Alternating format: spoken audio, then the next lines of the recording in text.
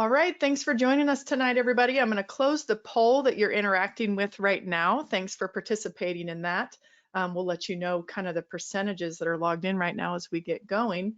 But first things first, let's do some introductions. So turned on the camera so you can see there's real people here. We are not robots. We have an actual live class happening tonight.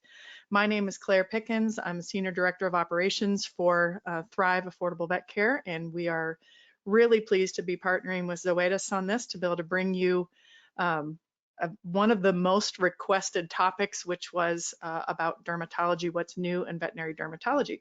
So I'd like to make a couple of introductions before we get started. We have two people here that will be really valuable to you tonight in this class.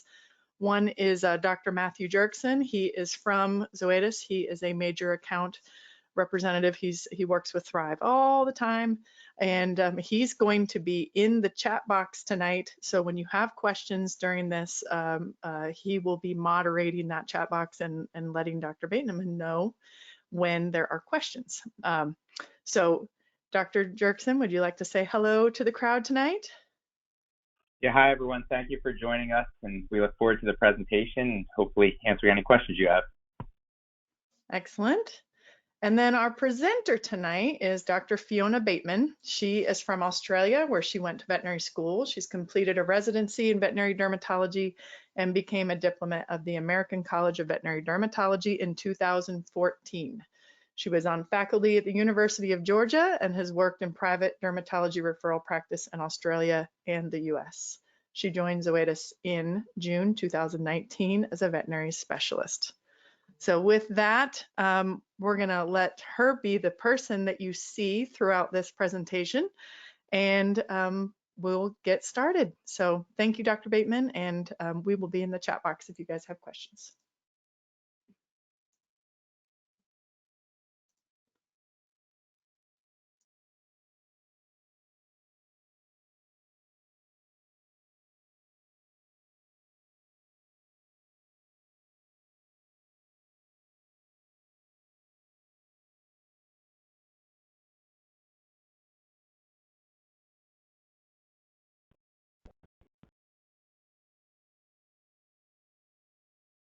All right, Dr. Bateman, are you ready to go? I am. Sorry, we were just having minor connectivity issues here. But hi, everyone. Thanks. I found you again. Very good. Very good. Bluetooth. It's excellent. So, all right, everybody, we're going to go. Okay, great. So what I thought I would do today, we've designed a presentation especially for you guys tonight, and there are a whole lot of you, so I'm very excited to be able to speak to so many people. But a lot of what I'm going to cover is some things will be fairly familiar to you, but a lot of what I'm going to cover is new. So we have some new research, we have some new resources, some new ways of communication around dermatology. A lot of this is focused on allergic skin disease. It's the #1 thing you're going to see in practice. But the other thing that I just wanted to throw in, because it's always more exciting to be a little bit more interactive, is that tonight we're going to do some interactive polling. So some of you might be aware of Poll Everywhere. This is an app if you want to download it. Otherwise, you can just text, or you can go to the website if you're all on your laptops tonight. And there's not that many questions, but I'm going to ask some questions as we go, and I'd love to get some feedback from you as well. A lot of these will be what's called word clouds. So basically that means that you can text a word and it will show up on the screen so that I can really see what your areas of interest are, what your concerns are, and I can make sure I address all those questions as well. So we'll start off with a test one just to make sure the software is working. And if Claire or Matt, if these things are not coming up, then let me know, jump in. But first of all, probably the easiest if you've got your phones handy is to text. So if the instructions are there at the top of the screen, but if you text, there we go, someone's on it. If you text Fiona Bateman 824 to the phone number 22333. And then, hey Fiona, I just want to let you know you're still showing notes view, so you have to swap your screen to presenter view, but everything else looks good. Swap my, so I'm showing on notes view. Oh, okay. that a little better for you guys? Perfect. Thank you. Okay, multiple screens. Okay, so keep those responses coming in. They should refresh in just a minute.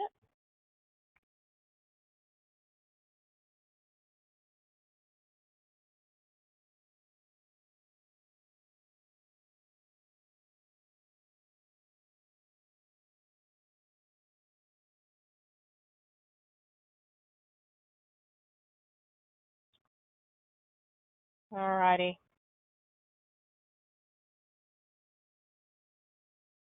Ah, there you all are. Okay. Wonderful. Okay. Well, here is a, a little known fact. I would have texted C up until about 10 years ago when I first started my internship. I was not a fan of dermatology at all.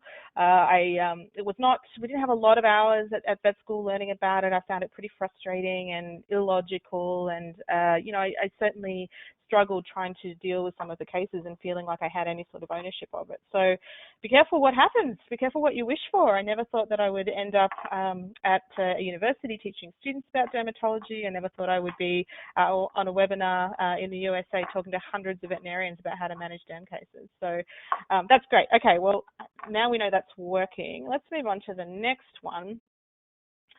And this is just a little fun fact that I was not aware of until I started with Zoetis back in June of last year. It feels like an age ago now, given everything that's happening. But we know that up to 88% of owners have tried multiple different therapies at home before they even call your clinic for advice. So how many treatments do you think they've tried? And some of you may know the answer to this if you've had some of our TBMs and SAMs and ABMs talk to you in the clinic. Yeah, and what I mean by treatments can be anything. So coconut oil, Reiki, CBD, antihistamines, all those good things. Okay. Well, I can tell you that nobody got the answer right. The answer is actually D. 15 different treatments before your owners are actually picking up that phone to give you a call. And so that's a huge amount of treatments, right? But you think about it. It's the coconut oil, as I said, it's the grain-free diets, it's the antihistamines, the Benadryl, the Zyrtec, bathing, wearing clothes, all of the things that people research online. Perhaps they Google it, maybe they heard from their friend or their breeder or the person at the dog park. So it takes a lot to motivate our clients to actually call the clinic in the first place. And you can see that just pop up there. So 88% of owners have tried up to 15 different things before they bring that dog into the clinic. And really what we want to avoid, and you can see this sort of graphic here of the roller coaster, that itch is very much up and down in terms of not only management, but even in a well-managed patient, that itch is going to fluctuate perhaps at times of year, pollination of plants that they may be allergic to, environment of the dog, all these things that, it's hard enough to keep these dogs and cats on the straight and narrow, that we really want to make sure that once that owner has been motivated enough to pick up the phone and come into the clinic, that we want to make sure we capture that owner, capture that pet, and provide them with a good experience and get them on a treatment plan that works and get them that definitive diagnosis. The hardest thing, I think, is managing expectations of clients and getting them to buy into the process of the diagnostics. We know what needs to be done, but getting owners to do those food trials and to understand why we're doing those skin scrapes and cytologies, all those things, that's why this is all really important, and we'll talk about that as we go along. So really preparing clients is the key, and all of this feeds back into preparing our clients what to expect. And we have a ton of resources. If you take nothing away from tonight, then take this website away. It's called thescienceofstrongerbonds.com, and if you go to a subsection there called resources, all of the handouts that you'll see, most of them are sort of that orange and teal color that I have up on the screen. They're all available there. They're all free. You can download them. We can reach out to your local TBMs and representatives in the field. They can laminate it. They can deliver it. We have posters. digital things. So if you have a waiting room video that you want, we certainly have all these things available to you. So have a look on that, and I'll highlight some of them as we go through this webinar. But this is one that I like. This is a history-taking form. I'm sure you have all of these as a general history-taking form for when your clients come in, but this is one specific to itch. And the reason that I like it is I actually have it, again, laminated, and I send this in with my technician for those, particularly for those first-time itchy clients, and they'll go through this history form with them. So one of the reasons that I like it is that it really shows up on the top here, those little images, the different manifestations of itch in dogs. So what we've got is, the licking and the chewing. Sure, people recognize that as being itch, but what about the rolling? What about the commando crawls across the carpet? What about those ear infections or the hair loss or the smell? These are often missed as manifestation of itch, particularly in cats, but also a lot of the time in dogs as well. So the other reason I like having this, and some people like to send this out ahead of the visit with the client, is to make sure that everyone can come to a consensus. There's nothing worse, and I'm sure you've had this in your practices as well, where you'll have two people with their pet, perhaps it's a couple, mother and daughter, whatever it might be. You ask the question, how long has this been going on for, and you get two different answers. Okay, and I've been caught in many of an argument between pet parents as to when this started, how severe it was, all those sort of things. So one of the reasons I like having this on paper is that it really forces them to write down what it is that is their concern, how long it's been going on for, what's the distribution of itch, and all the questions you want answered, but you just want the one answer. You don't want to have a big 20-minute discussion about who's right and who's wrong. So I find this really helpful. So what are we asking about? Well, pruritic behaviors we mentioned, so scratching, but don't forget all of the other manifestations of itch. So that foot licking, the body rubbing, biting, chewing, the distribution of itch is really key, and that's going to give you a huge hint as to potentially what's going on with this animal. In terms of onset, then we know that parasitic itch, so specifically talking about scabies and flea allergy here. Remember that Demodex isn't particularly itchy unless they're secondarily infected, but for at least scabies and fleas, that's going to be sudden onset, any age of dog. Okay, you can be 4 weeks old or you can be 14 years old.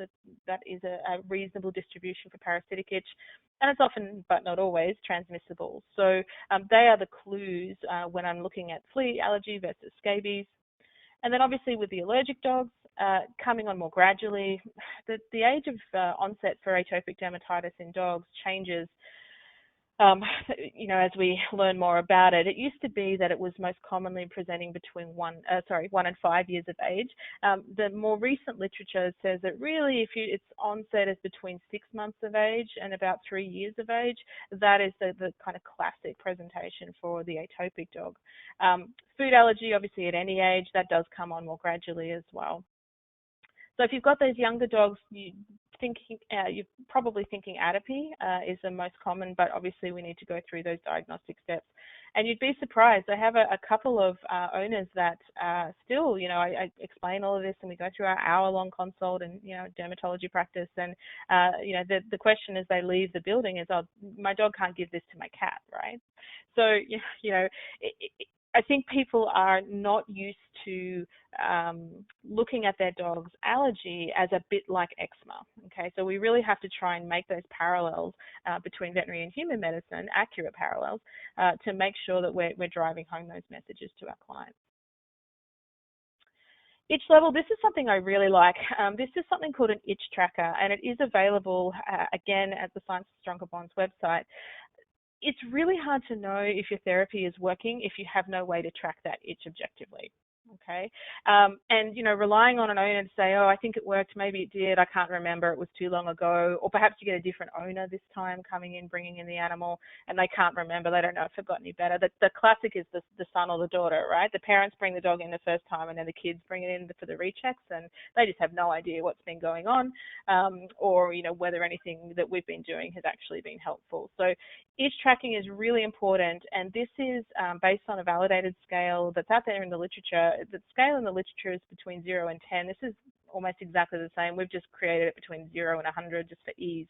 But essentially, you can see in that white box within that tear sheet there, you won't be able to read the text, but basically what it is there, it's how to rate your dog's itch. And there are descriptors in there as to what does a level of 9 out of 10 mean? What does extreme itching mean? What does moderate itch mean? What are the physical behaviors associated with those levels of itch?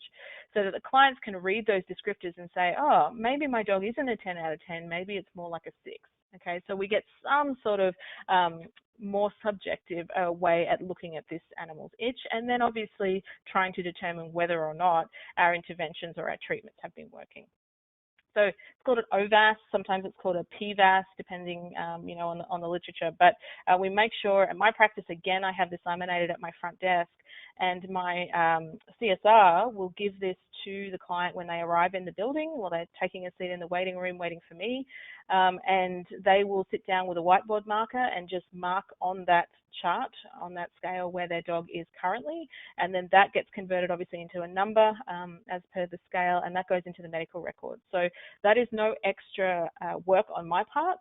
That is something that a CSR doesn't take them very long to do, to hand over a laminated sheet and a pen and then type a couple of numbers into the record. So it's really, really important, and it doesn't have to be a complicated thing. It also gives the owners something to do in the waiting room as well. So in terms of derm exam, I'm sure you guys are pretty familiar with this in terms of lesion patterns. So I'm not going to spend too long, but looking at the distribution of itch for flea allergy, for example, ventral and dorsal distribution, but mainly caudal. So if it's in the back half of the body only, I'm automatically assuming that's fleas, and I'm doing a flea trial for that patient. For scabies, obviously the distribution is a little different. Certainly seen it on the lateral elbows and the lateral ears, the lateral pinnae, which are the predilection sites, but you often see it on the belly and sometimes on the hocks as well. And then for food allergy and atopic dermatitis, there is a huge overlap. You cannot tell the difference between those two allergic skin conditions on clinical signs alone, or distribution of itch alone. So that is, the classic axilla, ventrum, medial thighs, paws, face, ears. Okay. Usually spares the top line of the trunk. This is your pretty classic Cocker Spaniel ear. When you've been looking at these guys long enough, you start to get that really stenotic ear. That one hasn't completely closed down, but there's certainly a lot of hyperplasia of that ear canal there. On the right-hand side, I hope nobody's eating dinner, but that is a perineum. So that is a dog that has been scooting across the carpet and has some pretty significant hyperplasia and hyperpigmentation there as well. So my baseline diagnostic panel, penile-pedal reflex. I'm not sure how many people do this. It's a bit hit and miss in different parts of the country. It's free, it's easy, and you can do it while you're talking to a client. There is, in my mind, there's no reason why you wouldn't do a penile-pedal reflex. For those of you that aren't familiar with what that is, it basically involves getting the pinna of the dog and almost folding the pinna over on itself and rubbing the two edges of the pinna together. Okay, it looks bizarre. The dog will often wonder what you're doing, but it doesn't worry about it too much. If it's positive, that is a very strong indication that that you have a dog with scabies. So its specificity is about 94%. If it's negative, it doesn't rule out scabies, so the sensitivity of this is about 82%, but it is very, very helpful for me to try and at least in the beginning decide, okay, am I going to go on a hunt for scabies, or am I more likely to be dealing with an allergic patient? So owners often wonder what I'm doing, but I can do it while I'm talking to that client and just getting a really good history. One tip for that, don't touch the dog anywhere else on the body. It has to be, you can't hold on to the dog or have your tech hold on to the dog while you do that. The dog has to be freestanding, and then you do that reflex. And basically the reflex is the back leg will come up and start to scratch. It can air scratch, or sometimes it can make contact with the body.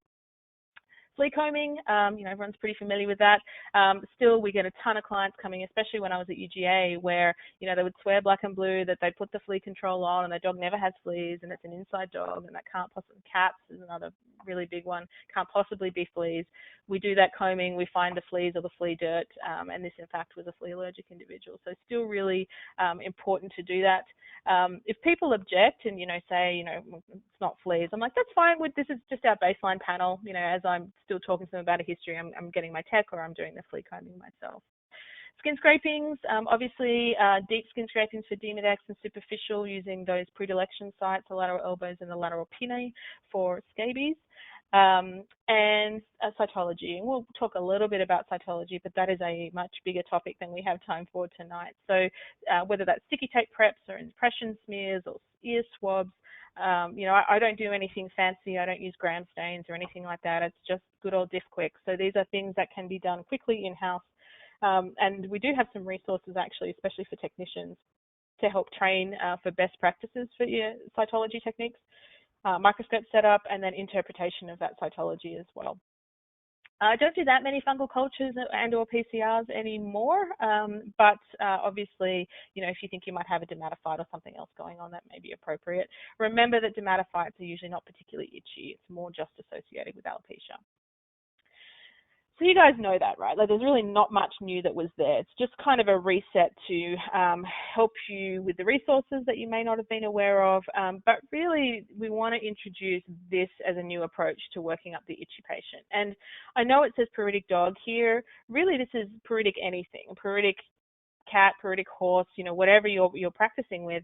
The medications will change. Some of the, you know, diets, for example, might change, but the basic approach is exactly the same regardless of the species. And this, again, this is a handout. I have this laminated, slightly different version that has a little bit more detailed so that my clients can see that this is the streamlined approach to working up your itchy pet, and these are the steps along the way.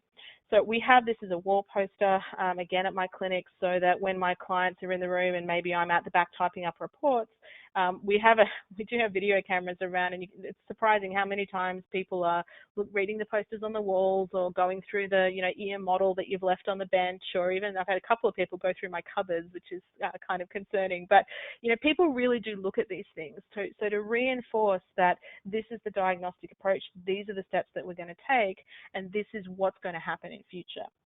One thing you'll notice with this is that it is not branded, okay? There is no giant sign here for Apoquel or CYTOPOINT or Convenia or SIMPARICA Trio, nothing, okay? And that is deliberate because we don't want to tell you how to manage your cases in terms of what drugs to use and when to use them. We will help you with that.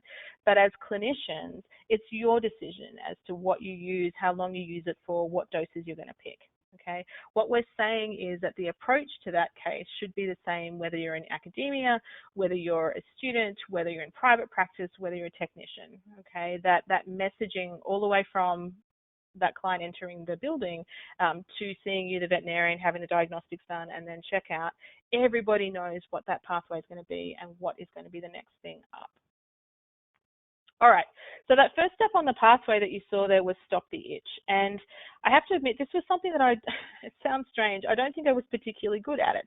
And that sounds odd, right? Like, as a dermatologist, if I have one job for an itchy dog, it's to stop that dog being itchy. And I think part of the issue is that I'm a scientist, I'm a clinician, as a lot of you on this call, and I really wanted to find the answers to all the questions, right? So a client comes in, they have an itchy dog, and I'm already thinking, oh, I should do that flea comb. I wonder what flea controls it on. Better check what diet it is. That looks like an infection. Probably needs some topicals. Oh, and, you know, after all of that, maybe it's atopic. So that's all going on in my head, right? The client isn't thinking anything like that, right? They're just there because that dog slept on the bed last night and chewed its feet until it was driving everyone nuts and keeping them awake and they didn't get any sleep. They just want the itch to stop. That's it. It's no more complicated in their minds than that. So, you know, I was sort of not focusing on that because I knew what was coming, right? But I really needed to switch and say, okay, this is the client's concern today. We're going to have to shut this itch down so that I get a happy dog, a happy client, and a more committed client to what that diagnostic workup is going to be. But the other reason I think I wasn't great at it was that we didn't have a lot of choice. Right? It wasn't that long ago that we only had a few things that would shut down that itch. You know, we had cyclosporin, atopica, which works well. It's a good friend of mine, but it takes 4 to 6 weeks to do anything. So that was pretty useless in the acute setting. We didn't have CYTOPOINT. We didn't have Apoquel. Antihistamines, we'll talk a little about them, but they didn't work. Okay, so what did we all use? Steroids. That was the Tamaril P, the Pred, the Depo, the Dex injection. Okay. Now, obviously, there are issues with that in terms of side effects and long-term use, and I've certainly seen my fair share of calcinosis cutis and some pretty horrendous side effects. But even from a, an experience point of view, these dogs had a, pretty ordinary life. If anyone has had their own dog on steroids, it's not a fun thing for that animal. It's definitely not a fun thing for you. I have an autoimmune skin disease dog, of course, and he was on very high doses of steroids, and it was awful. I felt a lot of empathy for all the clients that in previous lifetimes I had prescribed a lot of steroids. So it wasn't a great experience. And the other thing, and perhaps if I'm just being clinical, the most frustrating thing for me as a clinician was that steroids would interfere with a lot of the diagnostic workup. It was very hard to know if the dog was flea allergic if I'd given it a Dex injection. Was it better because it was on flea control, or was it better because it has steroids in the system? Steroids could mask infection. Sometimes they could make infection worse. So how many times have you given steroids and all of a sudden the dog's now got Demodex? The Demodex was there all along, but you just made these things worse by suppressing that immune system. Allergy testing is a great example. So I could not allergy test, intradermally allergy test a lot of dogs for 6 to 8 weeks after steroid injections.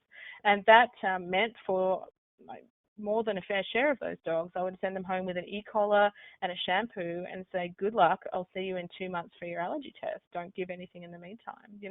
That was awful. I felt like a bit of a failure as a dermatologist, and certainly there were clients that would not tolerate that, and a lot of dogs that wouldn't tolerate that, being itchy for 8 weeks. So, we didn't have great options. And that was all when I was still doing my residency, and obviously in the last 6 or 7 years, things have really changed in terms of management of the acute itchy dog. So antihistamines, I'm not going to spend a huge amount of time, but we will spend some time, and I'll explain why as we go along. But everything that I'm going to present today is evidence-based. So you can look at these articles online. A lot of them, including this one, are open access. And if there's anything in this presentation that interests you, I will give you my email address. You can reach out to Claire or Matt.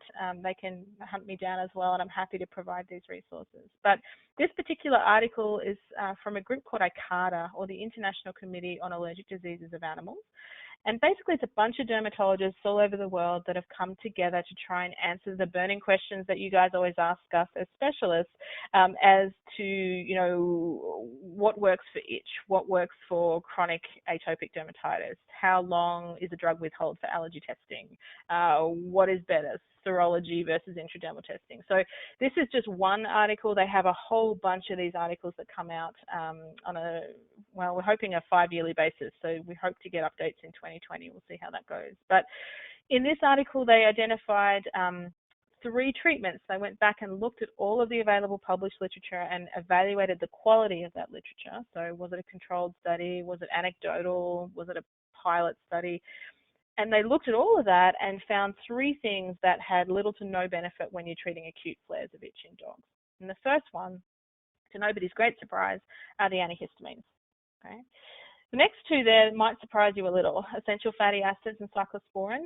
Think about the acute situation, right? Essential fatty acids are helpful, but they're going to take about 8 to 10 weeks to do anything. Cyclosporin atopica is very helpful, but it's going to take 4 to 6 weeks to do anything. So they are pretty useless in the acute, hotspot or the acute itch that comes to see you in the clinic. One sentence out of this paper, which I found interesting. I'm not sure how many qualifiers you can have in one sentence, but they've gone for 4 here. So antihistamines might provide a small and limited benefit in some dogs with atopic dermatitis. Okay, and they're throwing that in there because we've all had cases, you've had cases and so have I, that have done okay on Benadryl.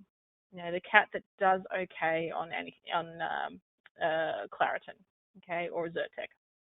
And realistically, what we're doing with the vast majority of those patients, because we know that histamine does not play a big role in itch in these species now, what we're doing is sedating these animals. Okay, so where sedating their itch is mild, then certainly not the big disaster cases that walk in. You know that antihistamines are not going to work at all. They're kind of the mild grumbling cases that kind of do okay. And if they are doing okay, it's likely because you sedated the animal enough that it can't be bothered scratching. Now, if our best answer to a disease state is to sedate the animal so we don't have to worry about it, that's not a great answer. You know, we know better now, we have better evidence now, we have better medications now as well. And I wanted to show you one study. A lot of the evidence that supported antihistamines use is very old, comes from the 60s, 70s, 80s, and I shudder to think that the 80s were like 40 years ago now. But science has moved on, and certainly scientific rigor and technique has moved on. A lot of those initial studies were not controlled. They were not blinded, they were not placebo controlled. So what a lot of investigators have done recently is gone back to look at cetirizine in this case, although we have papers for diphenhydramine, Benadryl, and a few other things as well, with a much more rigorous study methodology. So this is a randomized, double-blind, placebo-controlled study looking at Zyrtec. And for those of you that are familiar with the dose of Zyrtec in plums, that dose of Zyrtec is published at 1 mg per kg. SID, once a day. So this study actually looked at 3 times that dose, once daily for 14 days, and then they had a placebo group as well. And you can see the results there on the right-hand side. There was no significant effect on itch, and there was no difference between the groups. You might as well have been giving that dog a placebo. Okay, and I looked at the numbers here, and in the cetirizine group that you can see there, 85% of those dogs were either exactly the same at the end of the 2 weeks or were worse. Okay, that's percentage improvement along that scale. So I think about that. If I went to a doctor and I said, I have a problem, can you help me? And the doctor said, yeah, that's fine. You can maybe take this medication. You can get it over the counter. You don't need a script. It's relatively cheap. We don't think it has any side effects. It's not labeled for use for that, but give it a go and see what happens. Oh, but by the way, you have an 85% chance of being back here in 2 weeks, and you'll either be exactly the same or you'll be worse. I'm not taking that medication, right? And that's the message that we're sending when we're saying, try these things, see how you go. We're basically guaranteeing them they're going to have a poor experience and they're going to have to come back, and we're going to have to start all over again from scratch in terms of trying to get this dog's itch under control. So why am I talking about antihistamines all the time? We all, kind of agree that they don't work because they are still being recommended. Or at least trials by people that are going online, as I said, going on Facebook, asking their breeder, all that sort of stuff. And you can see these are real life clients, and you can see some of the comments on the right of the screen in blue. So I like the middle one. So they rang a clinic and they suggested an appointment, but if I asked if there was anything else I could do, they suggested antihistamines. So we know that's happening. We also know it's coming from a good place, right? When that client rings up and maybe you don't have time to see them that day, or you're booked out, and you just want to help them get that animal through the night. So we say, oh, look, maybe just try an antihistamine. Okay, so it's not meant to be something that is, punitive when we're talking to our CSRs and training them about this, but we have to understand the unintended messaging that we're sending when we say try an antihistamine, because we're saying, that it's not going to work, but they're about to find out.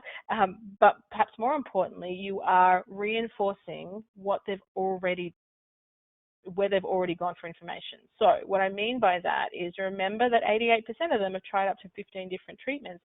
You know that antihistamines are going to be at least one of those 15 things, right?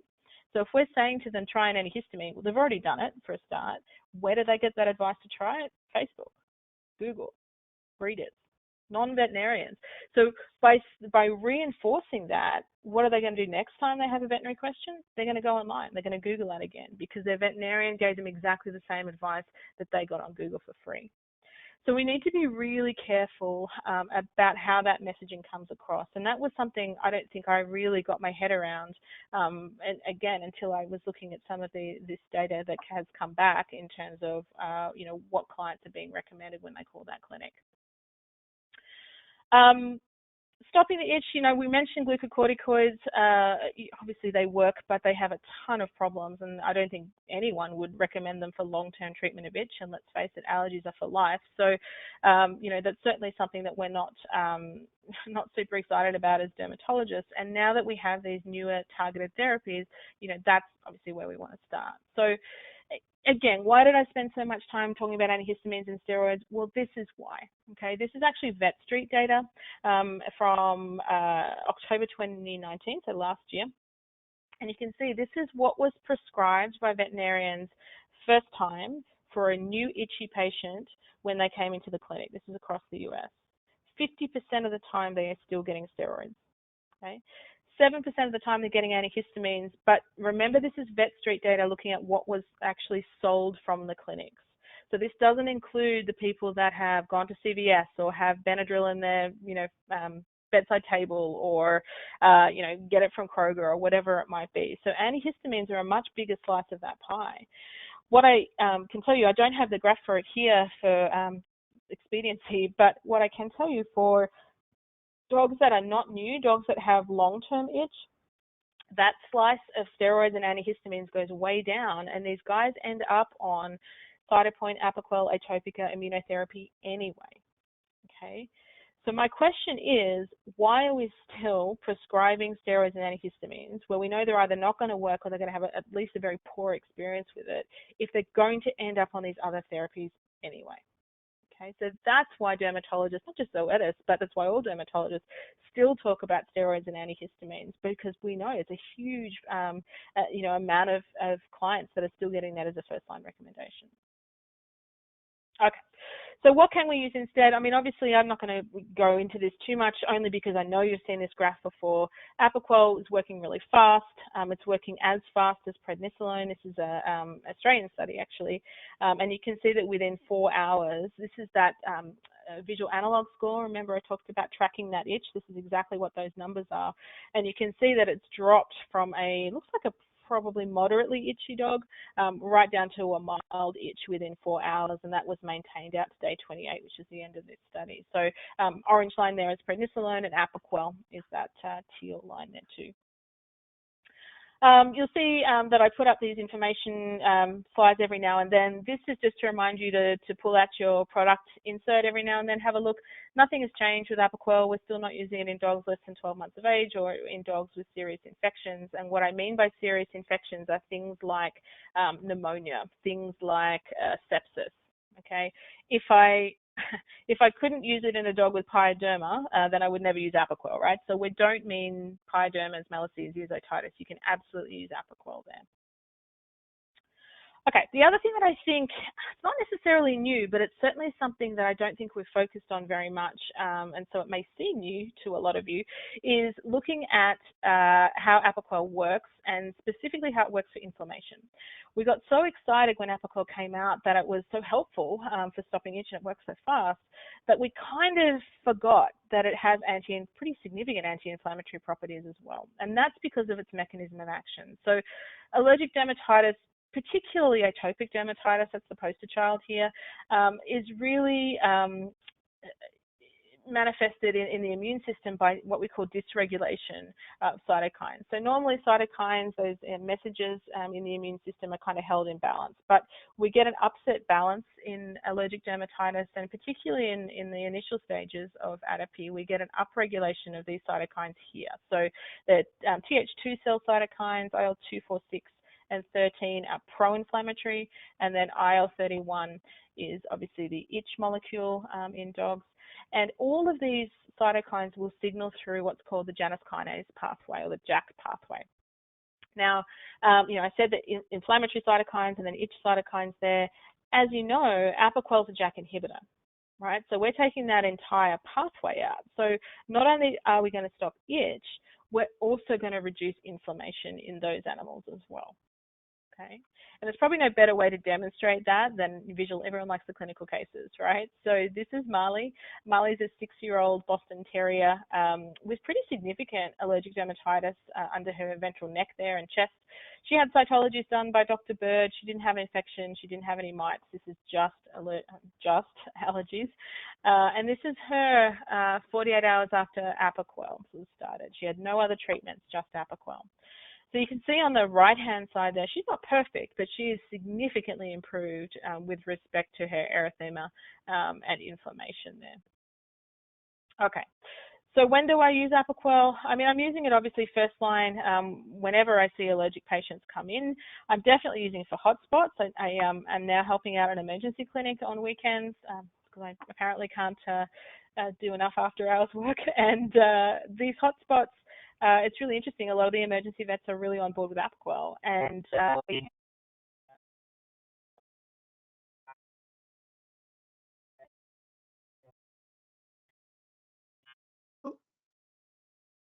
Dr. Bateman? I believe your audio connection may have.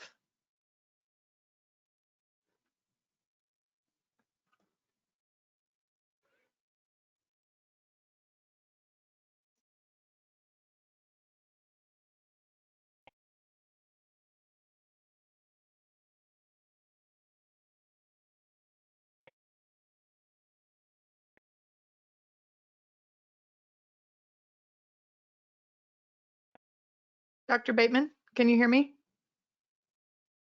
I believe your audio connection may have dropped. So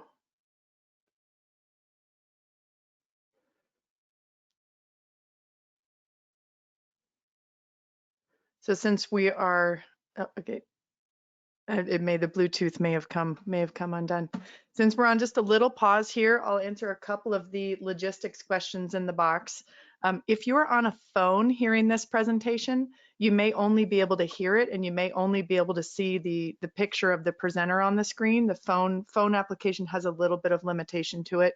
We will be recording this though, so you'll be able to see the presentation in its entirety with the slides and everything afterwards. You still get credit for attending if you're on the phone. So think of it as a podcast right now, if that's the situation for you, and you'll have access to being able to see it after this. And also the CE certificate shows up a little bit more than 24 hours after the end of the presentation tonight automatically to the email you used to register. So that answers a couple of that, and it looks like we have a chat in the chat box here that you can swipe left or right on the phone to access the slides. So try that, and if that doesn't work, then you can watch the recording afterwards. Do we think you're back on, guys. Dr. Bateman? I think I'm back. She is. I am, sorry. Well, where so were we up to? Do you want me to go back a little bit? You'd probably back a slide, because you were saying you probably solved all the world's problems in a few sentences, one slide back, and that's where you cut out. So okay, so was that this slide, or we want to go one more back, Claire? Go back one more. Yeah, back one more, so that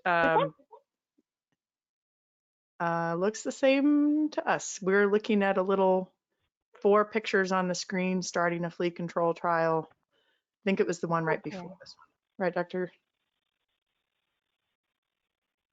Okay, so this.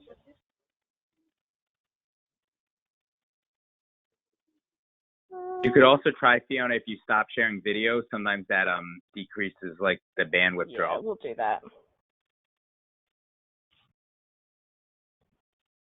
Technology is fun.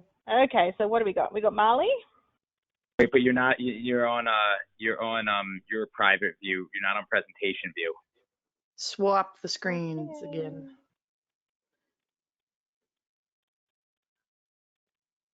There we go.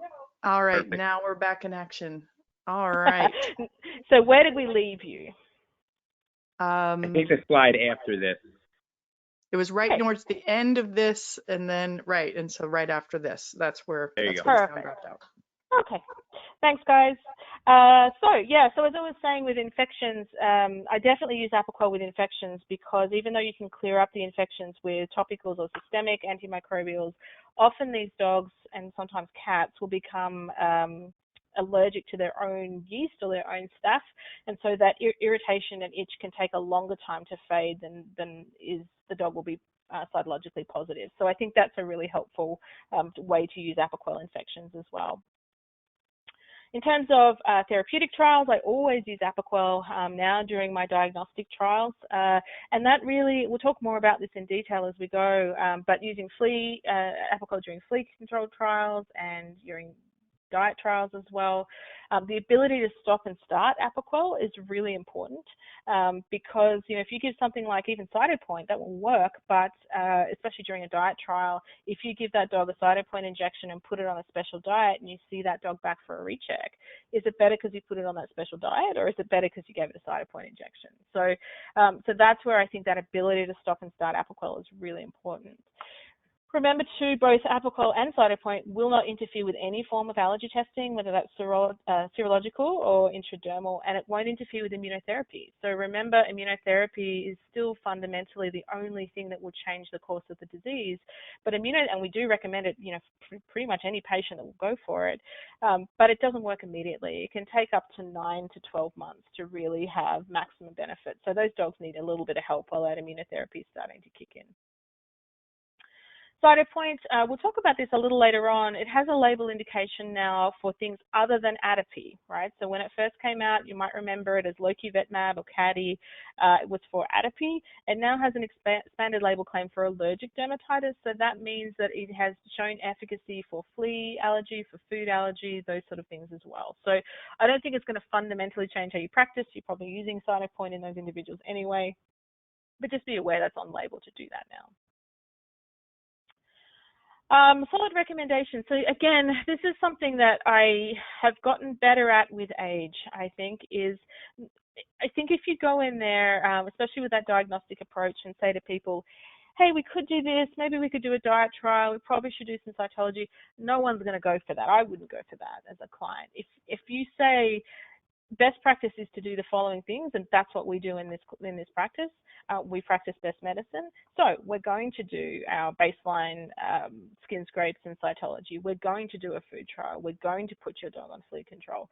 Whatever that is, whatever products you choose, but that it has to be a solid recommendation. You have a lot more power to sway clients' opinions than you think you do, and they are coming to you because you are the expert in this field. So don't be afraid to if you feel strongly that there is an approach for that animal that is going to be best for that animal. It might not be the cheapest, maybe it is and you're lucky, but it might not be the cheapest. But if you feel that that is the right thing to do, then go ahead and make that solid recommendation, and you will absolutely have more people say yes than if you had given them 5 different options of what we might be able to do. Okay, I'm going to speed through this a little quick because we've lost a little bit of time, but so we talked about the streamlined approach. We've stopped that itch. What's the next step on the pathway? And to be honest, you're probably doing this all in one visit. This is not going to be 5 individual visits, but you're going to want to make sure that that animal is on flea control. So we talked about the distribution of itch, whether it's FAD versus scabies. We've got some really nice pictures of scabies, adults and eggs there on the right-hand side, just because they're fun and we rarely see them.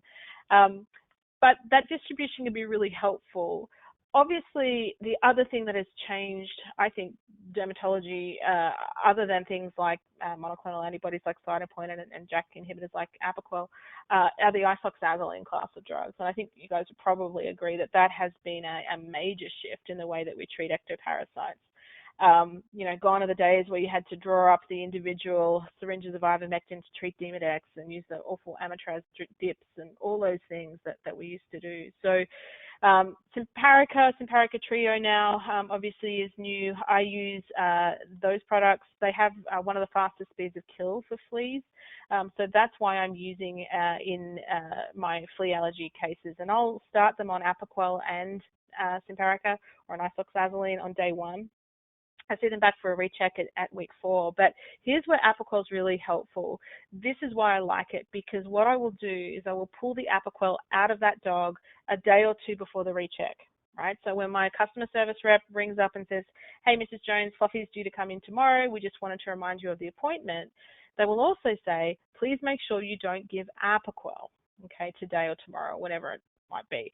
And that means because Apoquel has such a short half-life, that it's completely out of that dog's system within 24 hours. So when I see that dog back for the recheck, I'm just seeing it on flea control.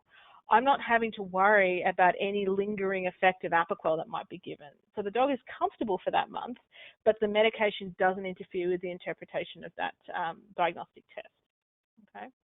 The other reason that I will use it is because the argument is, well, if fleas are killed so quickly, why do you even need it? You should be stopping the itch so quickly.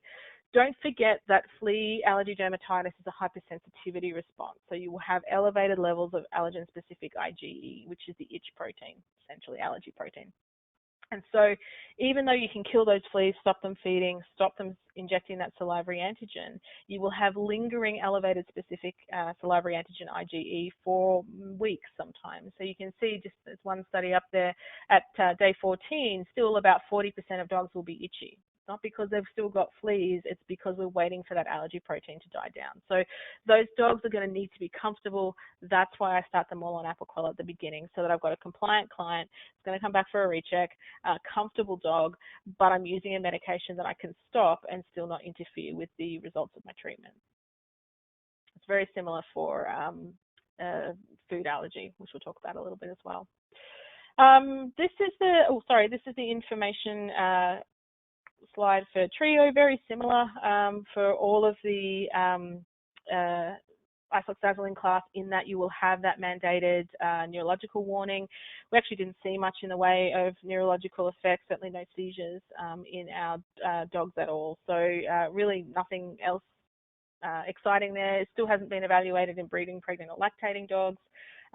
We saw the occasional GI upset, but with an oral medication that really was to be expected, and I believe was around the same as placebo. So this is not a Trio focus today, but just so you know, if you haven't had experience with Trio, get excited, because we're pretty excited about it. My dog's about to be on it when I can get some. So, all right, so fleas, again, I'm not going to spend a huge amount of time, but just remember that the dog might not have fleas right now, but they are still considered major flare factors for dogs with other allergies.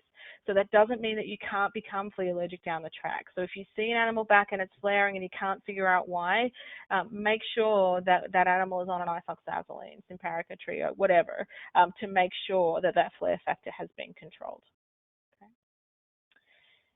We're going to do a little bit more and then we're going to take a break. So we've moved along the pathway, we've stopped the itch, we've ruled out parasites. The next step is obviously to treat any skin infection that might be there. And this is a resource that I think is really helpful, not just for technicians, but for the entire clinic.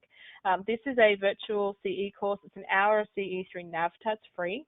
And we're offering this to you guys to help with managing the cytology workload, really, with our derm patients. So there are quizzes in there. There's some really cool videos, just short videos, 3 or 4 minutes, which is how to set up your microscope for success, how to take skin scrapes, how to take cytology like skin swabs, and all kind of interesting stuff and useful stuff. And then also it has a section in there about how to interpret those things. So you'll see that Andy Hillier, who's one of our dermatologists at Zoetis, he was at Ohio State for a number of years, but you'll see him and his golden retriever in these videos, and he actually runs the microscope and you can see what he's seeing. He points out, what are cocci, what are neutrophils, what are rods, what do we expect to see. So I'd encourage you to go to that website. And not just the text. I learned something new from this as well, and I'm a dermatologist, I should know. But there's always new tips and tricks to be learned. So I've had some clinics do this as a lunch and learn, as a CE, and they got a lot out of it as well. So just be aware that that is there for you. In terms of skin infection, again, I'm not going to spend a huge amount of time on this. You guys know how important cytology is. If there's one thing dermatologists can agree on, and there aren't that many things, but I would think that the importance of cytology is right up there, that you cannot guess. Dogs are not scratch and sniffs. Smelling yeasty is not a thing. You really need to be looking down the microscope. And I do have a little section later down the track, if we have time, about, well, that's all well and good in normal times, but what about, pandemics, and I can't see the patient and I have to have a guess. So I'll cover that for you, because I know things have changed quite significantly. But if you have a non-responder, or if you have a person that can come in and at least drop their dog off, it is always better to get cytology and see these guys in person, and cultures, obviously, if they're indicated. We'll talk about that in a minute. Again, another evidence-based article. This is the ISCAID group, the International Society for Companion Animal Infectious Disease. They have guidelines for UTIs and for respiratory infections as well, but the one obviously I'm interested in is the superficial bacterial folliculitis in dogs. And this is a group that, again, evaluates the evidence that's out there and tries to answer the questions that come up all the time. When do I culture? What antibiotics do I use? All these things. So their advice is that if you have to use something empirically, then these are the things that we should be considering. So cephalosporins, cephaloxime and convenia, so the 3rd generation cephalosporins, were still included in either a first or second tier. That different people had different opinions, but they are fine to use as first-tier medications. CLAV, obviously, Clinda, TMS. I don't use a lot of potentiated sulfurs just because of the side effect profile, but they have a lot of evidence to support their use as a first-tier drug. That's another open access article, I believe. So you can have a look for that online, or I can definitely get that to you if you are interested. Little plug for Convenia. I don't think I have to convince anyone that it works.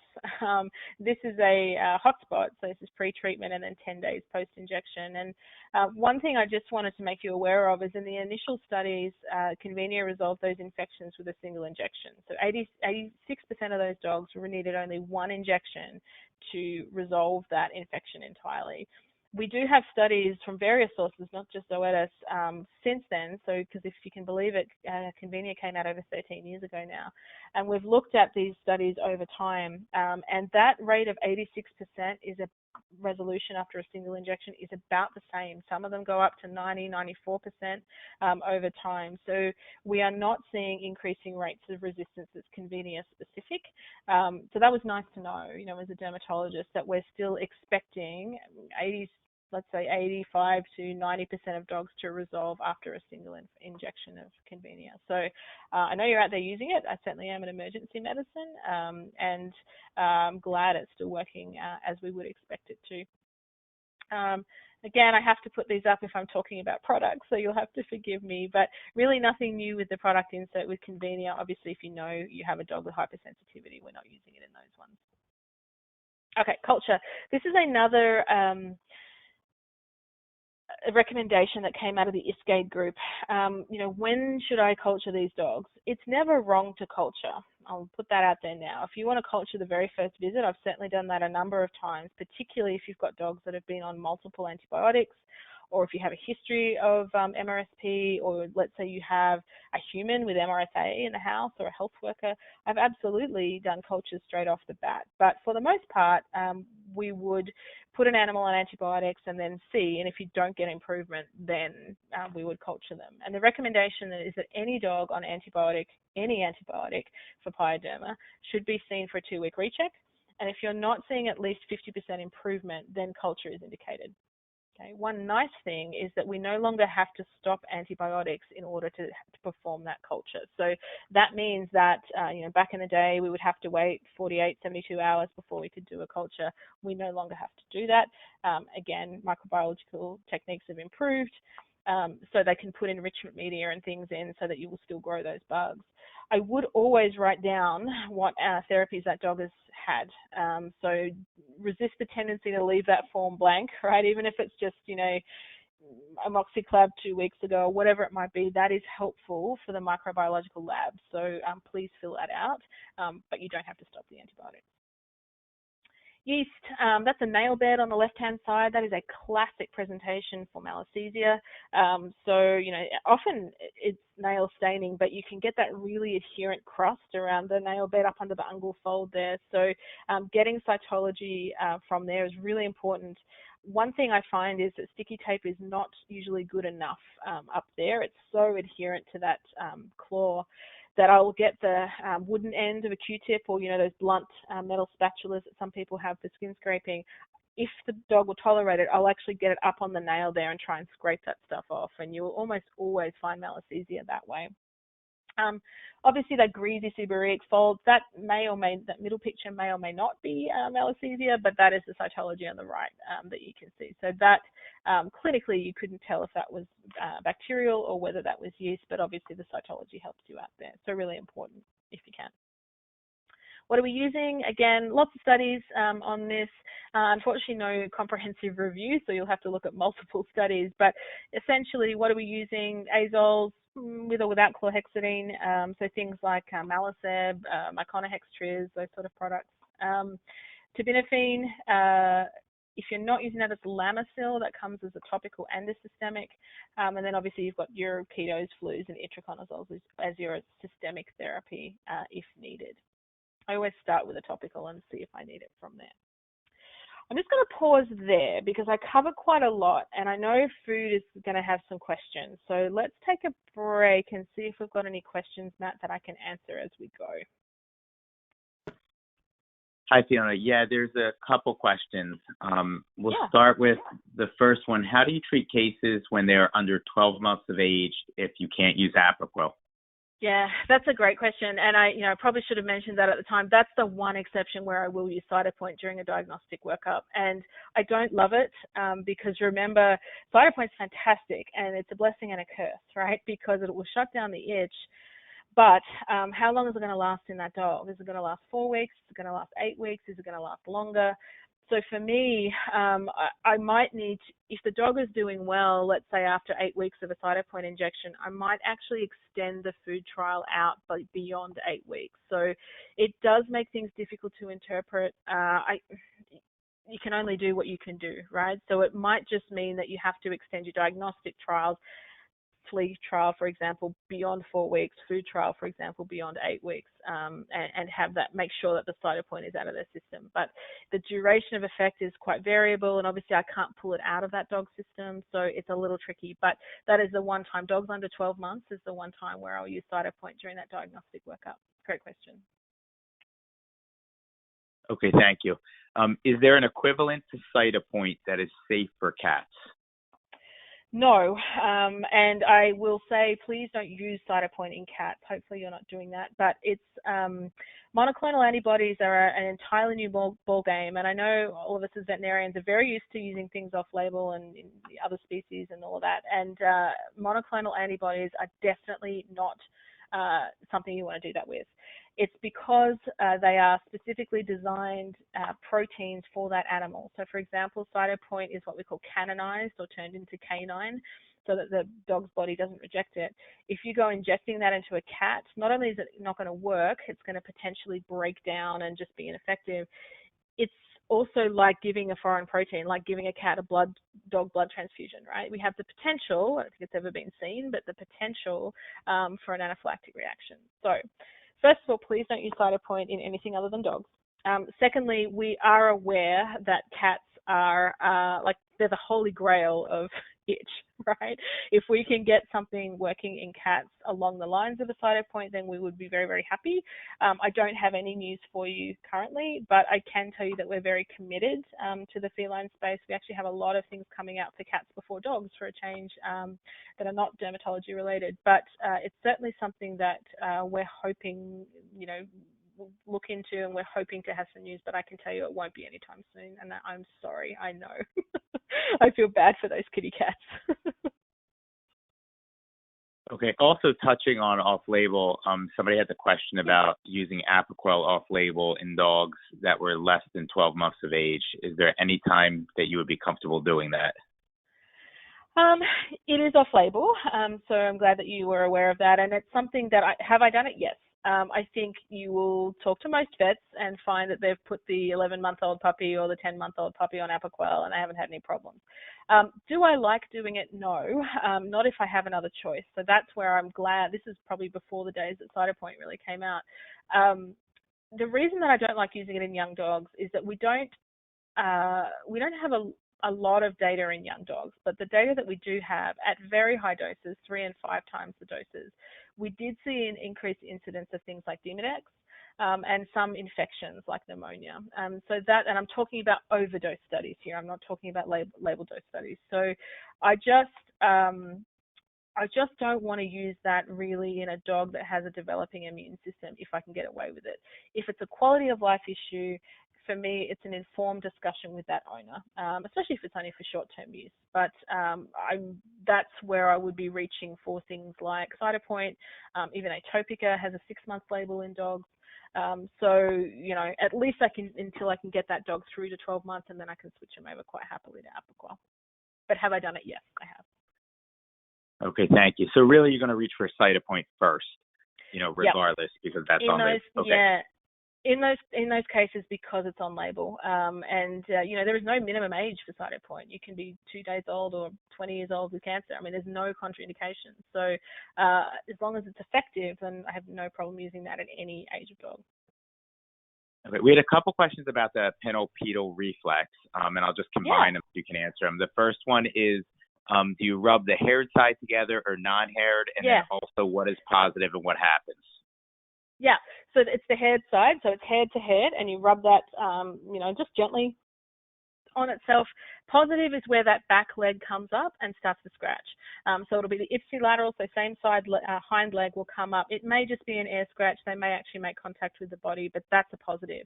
Negative is nothing happens. The dog just looks at you like you're crazy. So it's a very easy thing to do.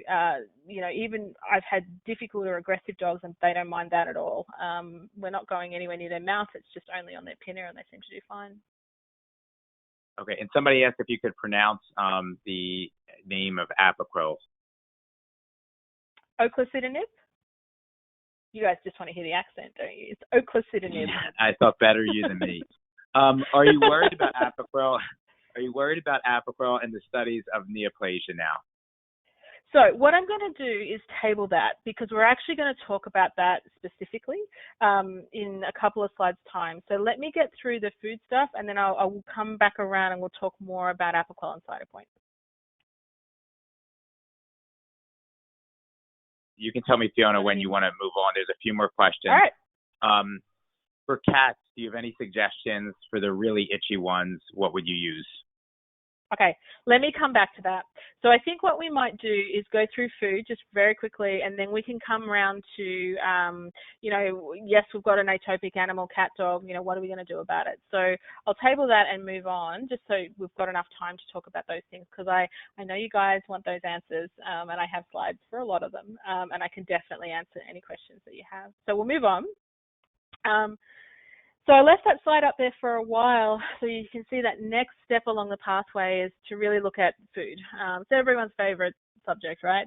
Try and talk an owner into doing a food trial. I know it's difficult, and so what we're aiming to do really is to make it as easy as we possibly can, keep those animals comfortable so that we have the greatest amount of compliance that we can have for those clients that are doing food trials with their animals. So one of the questions, again, all of these articles, open access, these are some of the critically appraised topics looking at food. So all of the questions you have about food, here they are. One of the questions is how common is it really? This is a review article, and the reason you get so many different answers to that question is that it depends on the population you're comparing it to. So if you are looking at any skin disease, then the overall prevalence is, any disease, any medicalized dog that comes into your door at the clinic, it's about 1% of cases. It goes all the way up to if you finally diagnose allergic skin disease, well, it's probably up to a quarter of those cases are truly food allergic. So the vast majority are still going to be atopic. Okay. Matt, are we good for sound? Just checking. Yeah, you sound great to me. Great, cool. Another question, what are they commonly allergic to? Well, still the big three, beef, dairy, and chicken. And, I talk to clients, you guys have known me for, an hour and 10 minutes now. You can probably tell that I'm reasonably straight up. Like I don't, in Australia, we say I don't beat around the bush.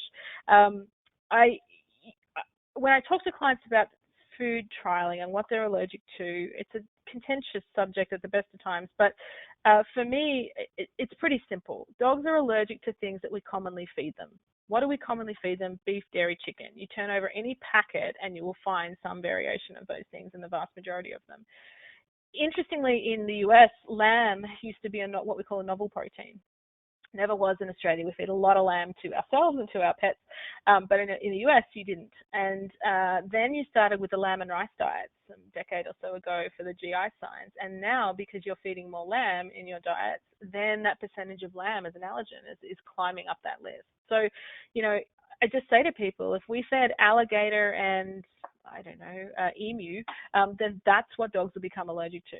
All right, so it's not about the quality of the protein. I don't care whether it's cooked, raw, whether it's Wagyu beef or whether it's, minced from Kroger. These are the common proteins that we feed. That is the common allergens that we will see. So it's fairly similar in cats. I don't have that paper up here, but the fish is higher up on the list for cats, which is not that surprising. So for a diet trial, what diet should I use? Really, two choices. There's three up there. Home cooked is the third. I honestly don't do home cooked novel proteins anymore. They're way too finicky. I don't think owners, you have the very occasional owner, maybe once or twice a year, that are actually motivated to do this properly. It really does involve a boarded nutritionist It's not an easy thing to do. So for me, I will use the commercial novel protein diets or the hydrolyzed diets. In terms of novel proteins, unfortunately, novel protein diets aren't all equal. So for example, we know now that venison cross-reacts with beef. Venison, bison, and beef actually all cross-react. Duck, chicken, and turkey, all the poultry cross-react. So I don't use DD. I don't use, what is it? Is it VD? The venison diet, you guys know from Royal Canin. I don't use that for my diet selection. What I'll use are proteins that are kind of weird, that we know don't, as far as we know right now, don't cross-react with anything. So I'll use KO, kangaroo and oat, or PR, pea and rabbit, or potato and rabbit, depending on if you're a cat or a dog. It's just because those proteins are not commonly fed, so hopefully they're still novel, and there's no cross-reactivity there. Okay. In terms of hydrolyzed diets, I know that there's a ton out there. I still, as a first line, use Altamino. And the reason that I do that, at least for the 8-week trial, is that it is the diet that has the smallest protein size. So 88% of that diet is single amino acid. And the truth is, we don't know how small something has to be before it's no longer considered immunogenic. It may have to be single amino acids. There's actually an interesting study where they had, out of NC State, where they had known, proven chicken allergic dogs. And there's a crossover study where they put them on Altamino for 2 weeks. They had a washout period, and then they put them on ZD. Both of those are chicken-based diets. Okay, one's chicken feather, one's chicken meal. But the big difference between those two diets is the percentage of hydrolysation. And what they found was none of the dogs reacted to Altamino. None of the chicken allergic dogs reacted to Altamino. 40% of the dogs, same dogs, that went on ZD reacted. Okay, so protein size matters. Now, I know Altamino is the most expensive. I know there's pushback on that. I'm not saying these dogs have to be on Altamino for their entire lives if they're food allergic. I just want to use the best available for that 8-week diagnostic test. If at the end of the 8 weeks the dog is food allergic, then you have the option. You can keep them on Altamino, or maybe you can switch them over to something like HA, HP, ZD, whatever, because for a good proportion of the dogs, that will be enough. But if you have a dog that does great on Altamino, but when you switch it to HA, HP, any of the other ones that are out there, and it doesn't do well, well, then you know for that dog, protein size matters. So I don't want to have to guess by using HA and HP first. I just want to use the best thing that's out there, get that trial over and done with, do a diet trial once, do it properly, and then never have to worry about it again. In terms of length of treatment, how long do I go for?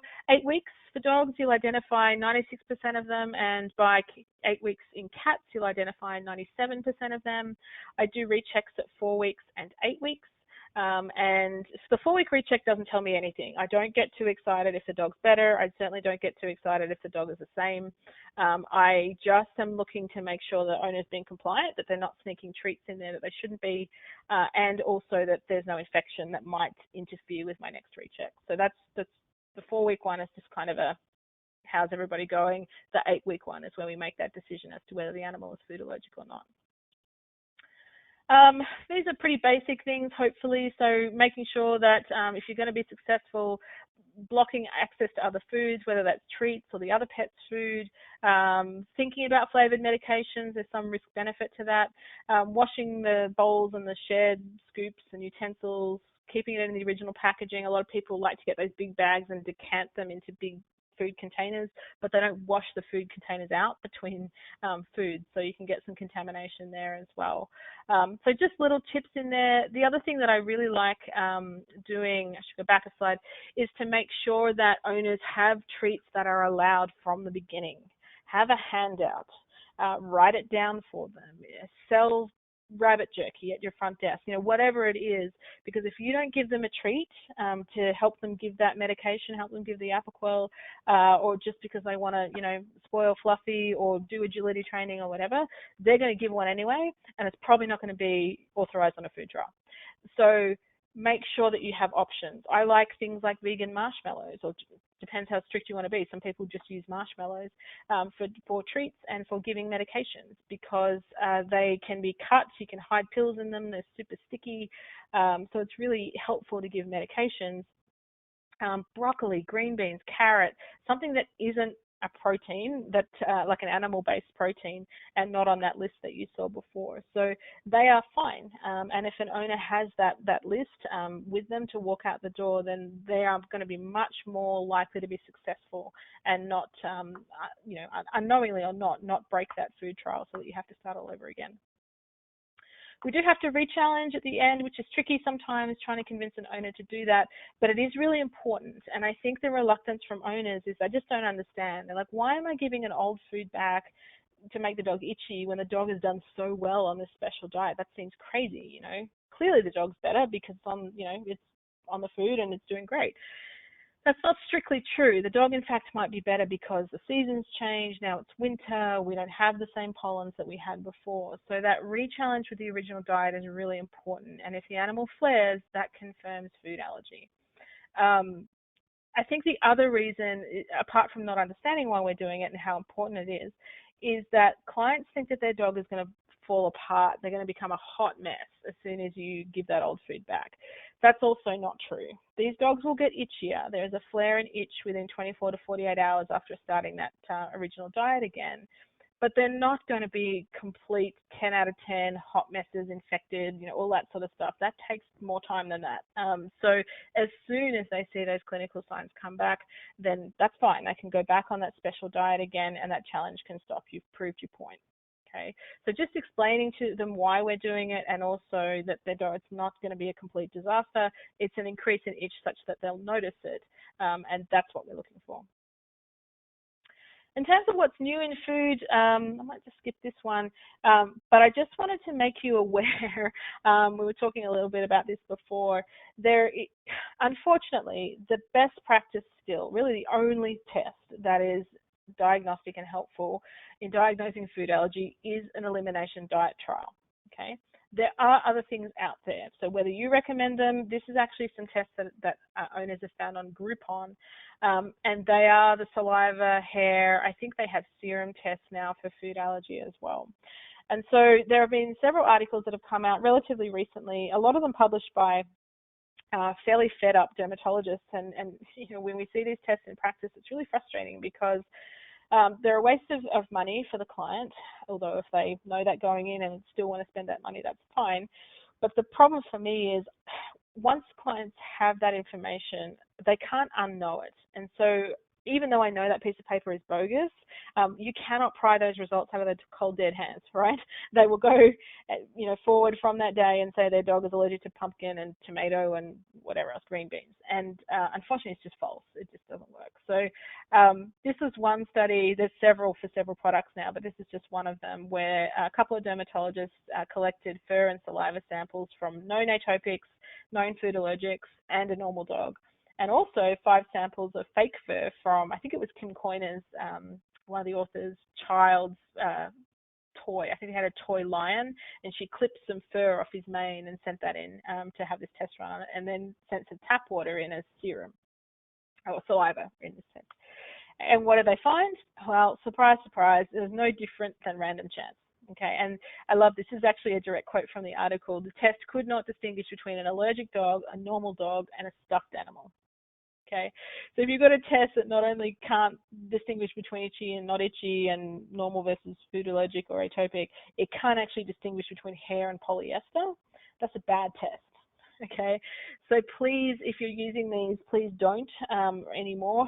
You will still have clients that get them elsewhere or get them online, and there's not much you can do about that. But believe me, when we have tests that are valid, then dermatologists will be the first ones on board, because we don't like doing food trials either.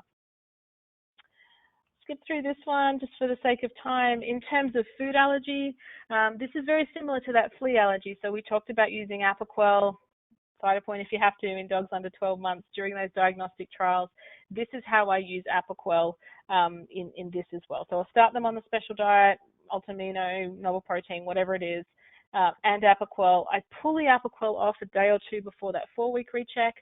put them back on it, and then I'll pull them off again a day or two before that 8-week recheck as well. So I can really see whether or not it's the diet that's made a difference for that animal, or whether it's the Apoquel being on or in or out of their system that's making the difference. And remember, 25% of these dogs are going to be food allergic. That means 75% of them are going to be atopic and itchy throughout the entirety of a diet trial. So we've got to keep those animals comfortable.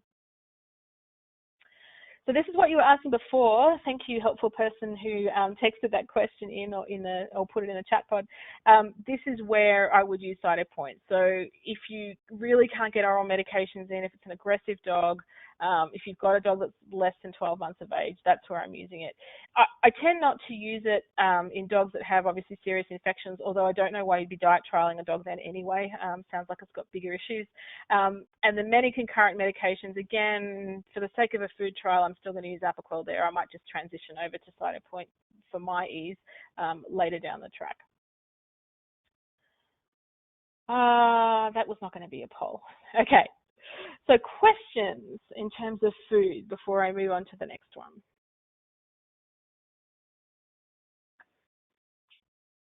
Yes, Fiona, just give me a couple seconds just to scroll through. Sure. So somebody asked, I forgot whether there is any benefit to skin testing with food allergies. There is not. So it's different in humans. So to my knowledge, no one that I know of is actually doing, clinically doing any intradermal testing with food allergens. It's been done experimentally in dogs, and it was found to be completely unreliable. The pathomechanisms of food allergy are a little different to atopic dermatitis. So serology, intradermal testing for food allergens in dog, as much as I would love them to work, don't. In humans, it's different. In humans, you can do things like patch testing. Serology is a little questionable even in humans, but food allergy in humans is different to food allergy in dogs, so that's why the testing methodologies are different. Okay. What are your thoughts about gastrointestinal signs in dogs that only respond to they wrote HA diet, or I guess it's hydrolyzed diet? Is the response enough to say that the dog is food allergic? Yeah, great question. And I think there's a lot of confusion, and it probably still needs to be hashed out between the internists and the dermatologists as well. When we talk about food allergy, we're talking about manifestations of itch plus or minus gastrointestinal disease. When the internists are talking about food allergy, they are typically talking about IBD and gastrointestinal disease alone. So there's an interesting thing here where the internists have zero problem using any in fact, they prefer hydrolyzed diet, doesn't have to be Altamino, for IBD and GI signs associated with food allergy.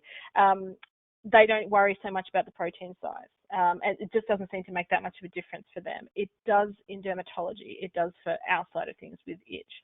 So I'm not sure if the question is what about, whether it's a dog that has itch and IBD or whether it's just an IBD dog. One thing I will say is I have no problem if it's just a GI sign dog, which admittedly I don't see that many of just GI alone as a dermatologist. I have no problem using HA or any of the hydrolyzed diets for those cases.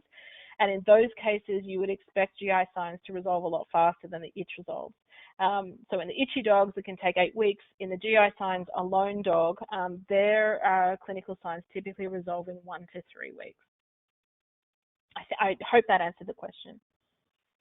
I think so. I'm going to ask you this question, but I think we'll interpret a little bit also around whether it's possible that this dog would be food allergy. But it was, what would your response be to new puppy owners who were told by the breeder that their 10-week-old mini Aussie is allergic to chicken? And then in quotes, the technician gave a hickory pill pocket that contained chicken. But I think the real question is the 10-week-old dog, and they're being told it's allergic to chicken. Probably, is that possible, or how do you interpret that?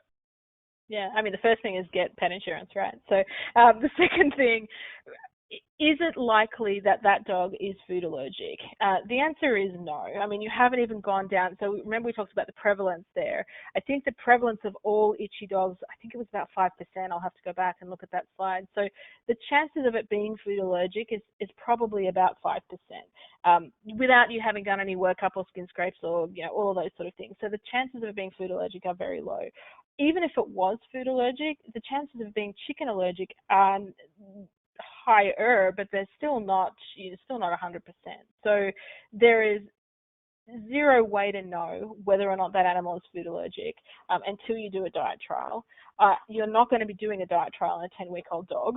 You're probably going to be waiting until that dog is much older because there are not that many diets that are balanced for use in growing dogs. So for me, if the question is, do you want to give it in a novel protein kind of pill pocket or treat or whatever, A, if you can get one, that's great. But B, there's no guarantee that the dog won't become allergic to those things as well. So for me, I just feed them whatever I'm going to feed them. I think the chances of something that young being food allergic and being chicken food allergic are very low, possible but very low. So I'm just going to manage their clinical signs and manage their itch until such time that we can safely do a food trial. Because that you'll just get yourself into a whole big mess trying to figure out how to food trial and avoid proteins in a dog that young. And for me, I always say to owners, I don't want to cause more problems than I'm fixing, right? I don't want to cause that dog to have OCD and developmental issues with calcium and phosphorus imbalance and bone growth and all that sort of stuff. So let's make sure that we're doing no harm, keep the dog comfortable, and then we'll address this when it's safe to do so. And then when stopping and you could use CYTOPOINT in. Sorry, when Matt, stopping, the dog you could use CYTOPOINT in. Oh yeah, good point. When stopping and restarting Apoquel, do you need to double the dose for 2 weeks? So I think what they're asking is how you would do twice a day on Apoquel for up to 2 weeks. I don't know if you want to comment on that. And then also, when you do that stop, you have to go back to the twice a day. Great question, and the answer is no. You do not have to go straight to BID dosing ever, really. If you want to go straight to SID dosing, and I've certainly done that, maybe the dog wasn't that inflamed or wasn't that itchy, I think that dog only needs Apoquel once a day, or I'm just going to start there. So you do not have to go to BID dosing for 14 days and then down. You can go straight to SID dosing. It's entirely up to you, your judgment. And could you explain again about using CYTOPOINT in 12-month-old dogs and extending the food trial? Yeah, so I think the question is using CYTOPOINT in dogs under 12 months, because obviously we try not to use Apoquel in dogs under 12 months. So the problem is if you have a dog that's on a food trial, an 8-week food trial, you give it a shot, never had a shot of CYTOPOINT before, you give it a shot of CYTOPOINT, and the dog's doing well at 8 weeks. And you re-challenge it and nothing happens. Well, is that because the CYTOPOINT is still on board? Or is that because that dog truly was not food allergic and got better by accident? So it gets really complex. So for me, in those dogs where I have to use CYTOPOINT, what I'll do is I might do a 12-week diet trial. So I'll give them a shot of CYTOPOINT at the beginning. So most dogs in my experience, it's out of their system and not at least clinically working at 8 weeks. 9 weeks, 10 weeks. So I will actually do a 12-week diet trial in those guys. This is what I mean, guys. Like CYTOPOINT during a diagnostic workup, if you can avoid it, please do, because it just gets really complex. And I don't want to go through the hassle of doing a food trial and have it mask my results because it's working so well to treat itch. So, there will be times when you have to, and that's fine. But if you have the option, even just for that 8-week period, to use Apoquel and the dog's over 12 months and all those things, then please do that, because it's a much easier thing to stop and start that. And then you said that a flea allergy trial can take up to 3 months. Do you do that first and then the food trial, or can you do them both at the same time? And how do you interpret that? Great question. It depends on how bad the flea allergy is. When I was in Australia, where I did my residency, we only did flea trials for 4 weeks, and then I moved to Georgia. And now I'm doing flea trials for a lot longer than that. So if you're just doing a flea trial for 4 weeks, you can, if you have the right client, you can run them concurrently. That's why another reason I do that 4-week recheck. If the dog is completely better at 4 weeks, chances are that's flea allergy, right? If it's not better, well, then at least you're halfway through a diet trial and you'll have an answer in 4 weeks' time. You cannot do them concurrently if you need to extend that flea trial out. So I think probably for ease, I would do them consecutively rather than concurrently. But if you're in a situation in the US where you think, you know what, we don't have a high prevalence of FAD, this dog's only got mild signs, it should be resolved by 4 weeks, I'm fine. And the owner is able to get their head around doing things concurrently rather than consecutively, that's fine.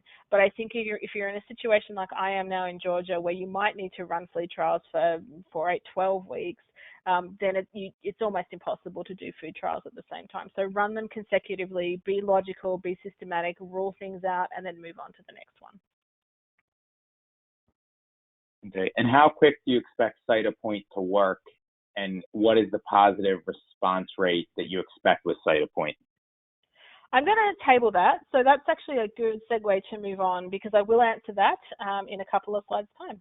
So let's move on. So we've done our food trial. We had a very compliant owner and did the perfect with their food trial, and guess what? It didn't make any difference for the dog. Well, now we know we've got an atopic individual. So remember, the vast majority of those itchy dogs are going to turn out to be atopic, but there is no test for it. It's a diagnosis of exclusion, okay? So we know there's at least some genetics playing a role here, and that, you know, we've got high prevalence of allergen-specific IgE in the vast majority of these dogs, and we get this hypersensitivity reaction to environmental allergens, and that's your pretty classic atopic wet city. What are our goals for treating atopic dermatitis? Well, obviously keeping them comfortable seems obvious, but what we're talking about really is what's called an anchor therapy. You'll hear us use this phrase a lot, and an anchor therapy is going to be different for every patient. What we're talking about is using hopefully one therapy that is sustainable and simple, hopefully, that's controlling the vast majority of the itch and inflammation for the vast majority of the time. Notice I don't say all the itch for all the time. That's impossible, okay? We just want to set expectations that allergies are a forever moving target. So we do our best. We expect flares are going to happen, but we want to have a plan of action, and I'll talk about that, preparing for the flares in a second. But for the most part, we rely on a single anchor therapy. For some dogs, it might be immunotherapy. For others, it might be Atopica. For somebody else, it might be CYTOPOINT or Apoquel or whatever, but it's going to be different. If things get complicated and you're having to use things like multiple courses of Apoquel at BID dosing in a year and CYTOPOINT, and you've got an immunotherapy and it's still getting infections, these are the complex cases that are best dealt with by referral. So if most people, honestly, are happy to stop banging their head against brick walls with those cases. I know how frustrating they are. Send them to us. I'm not in practice anymore, but send them to your local dermatologist. They are complex, but there's not that many of them. The vast majority of the dogs that are on anchor therapies may flare occasionally, but it's usually because of one of these flare factors. So fleas, infection, maybe they developed food allergy over time. So we want to make sure we go back and always revisit those diagnostic steps to make sure we're not missing anything. This is where things like the fatty acid supplements, the skin support diets, the infection control, that's where all that comes in as well. And then obviously restoring that immunologic balance too. So remember, allergen-specific immunotherapy based on skin or serum testing is the only thing that will fundamentally change the course of the disease. So particularly for young dogs with a lifetime of allergy ahead of them, they're really good candidates for allergen-specific immunotherapy. So I think we sort of went through this. So what works? Again, the evidence, infection control works. Steroids work, don't get me wrong, but I think we all know the consequences of long-term steroids are not good consequences. Apoquel, Atopica works, CYTOPOINT works, and then obviously allergen-specific immunotherapy. So all these things are documented as being effective long-term. We talked about referral. Okay, supportive care. Okay, and this is where things like dietary support come in. And I think I can't go back to that screen. Oh, there we go. So this is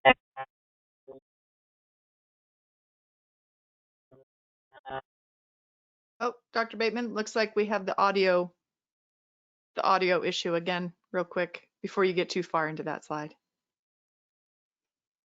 Your audio cut out.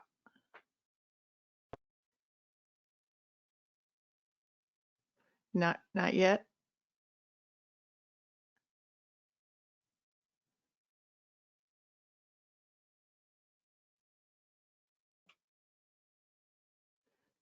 All right, okay. Try again. Maybe. Oh, there we go. Now? You're back. Okay, I'm back. So what slide are you on, guys? Right here. It was only gone. We did much faster this time. So you were only gone for about 5 seconds. Okay, so yeah, so this is little Maisie with her chronic ear infections, and her owner tracked me down when I moved to the US and said I finally got her topical ear therapy in, and we now put a shower cap on so she hasn't had an ear infection since. So these are all the supportive measures that we can do to help manage these. But remember, we want to have that anchor therapy and then all these other things on top if needed. Okay. So here you go, questions about Apoquel. This is what's called a word cloud. So if you want to, remember that number 22333, if you guys just want to text in 1 word, 2 words, whatever, that you have questions about Apoquel, and I have some slides, but I'll make sure I answer all of them. Cats, yep, talk about that. Blood work, great. Yeah, I know. So the bigger the word gets, the more people are texting. So I get it. Use gloves. That's a new one.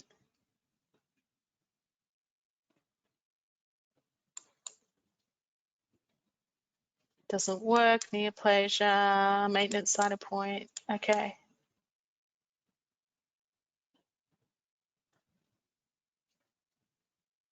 Dose cancer. All right.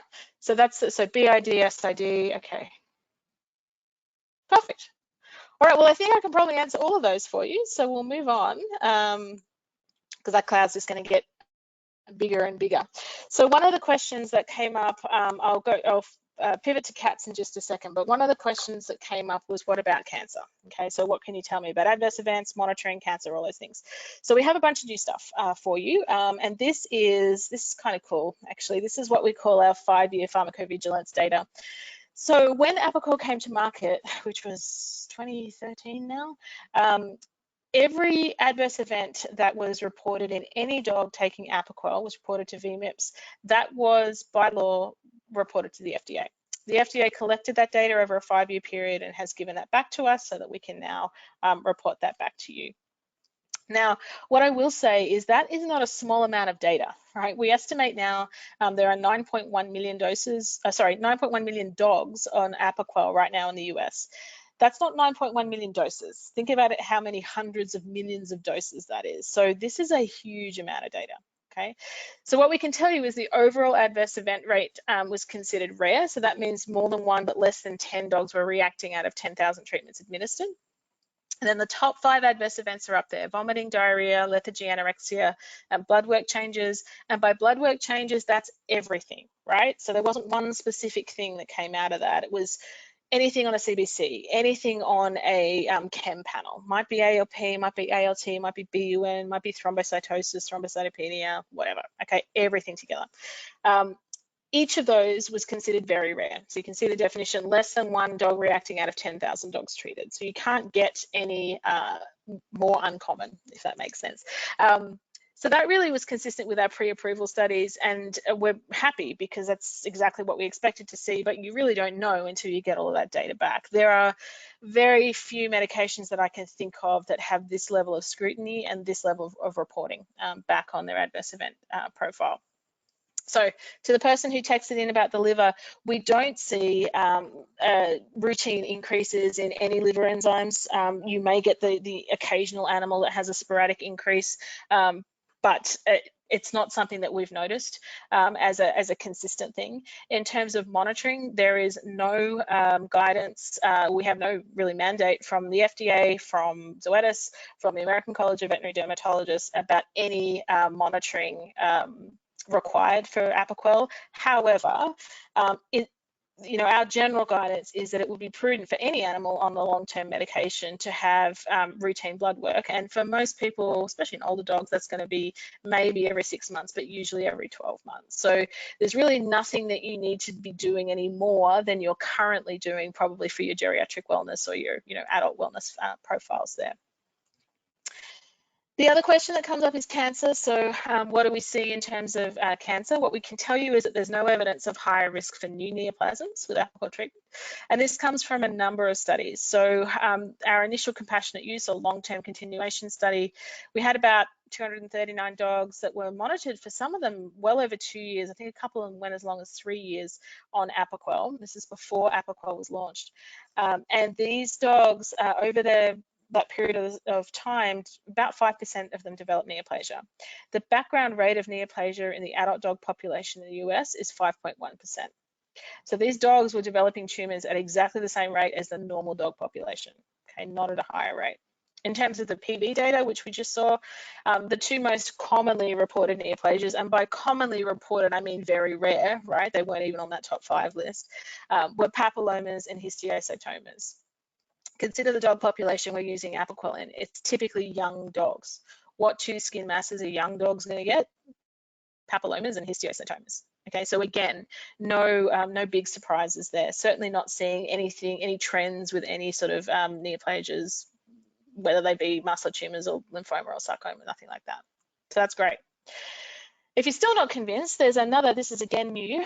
This is from a independent study out of California. This was a DERM resident who published the abstract for this late last year, and the article should be coming, we hope, soon, where she is at a big dermatology practice there, and she got 339 allergic dogs that were on Apoquel for longer than 6 months. So that's what her definition of long-term was.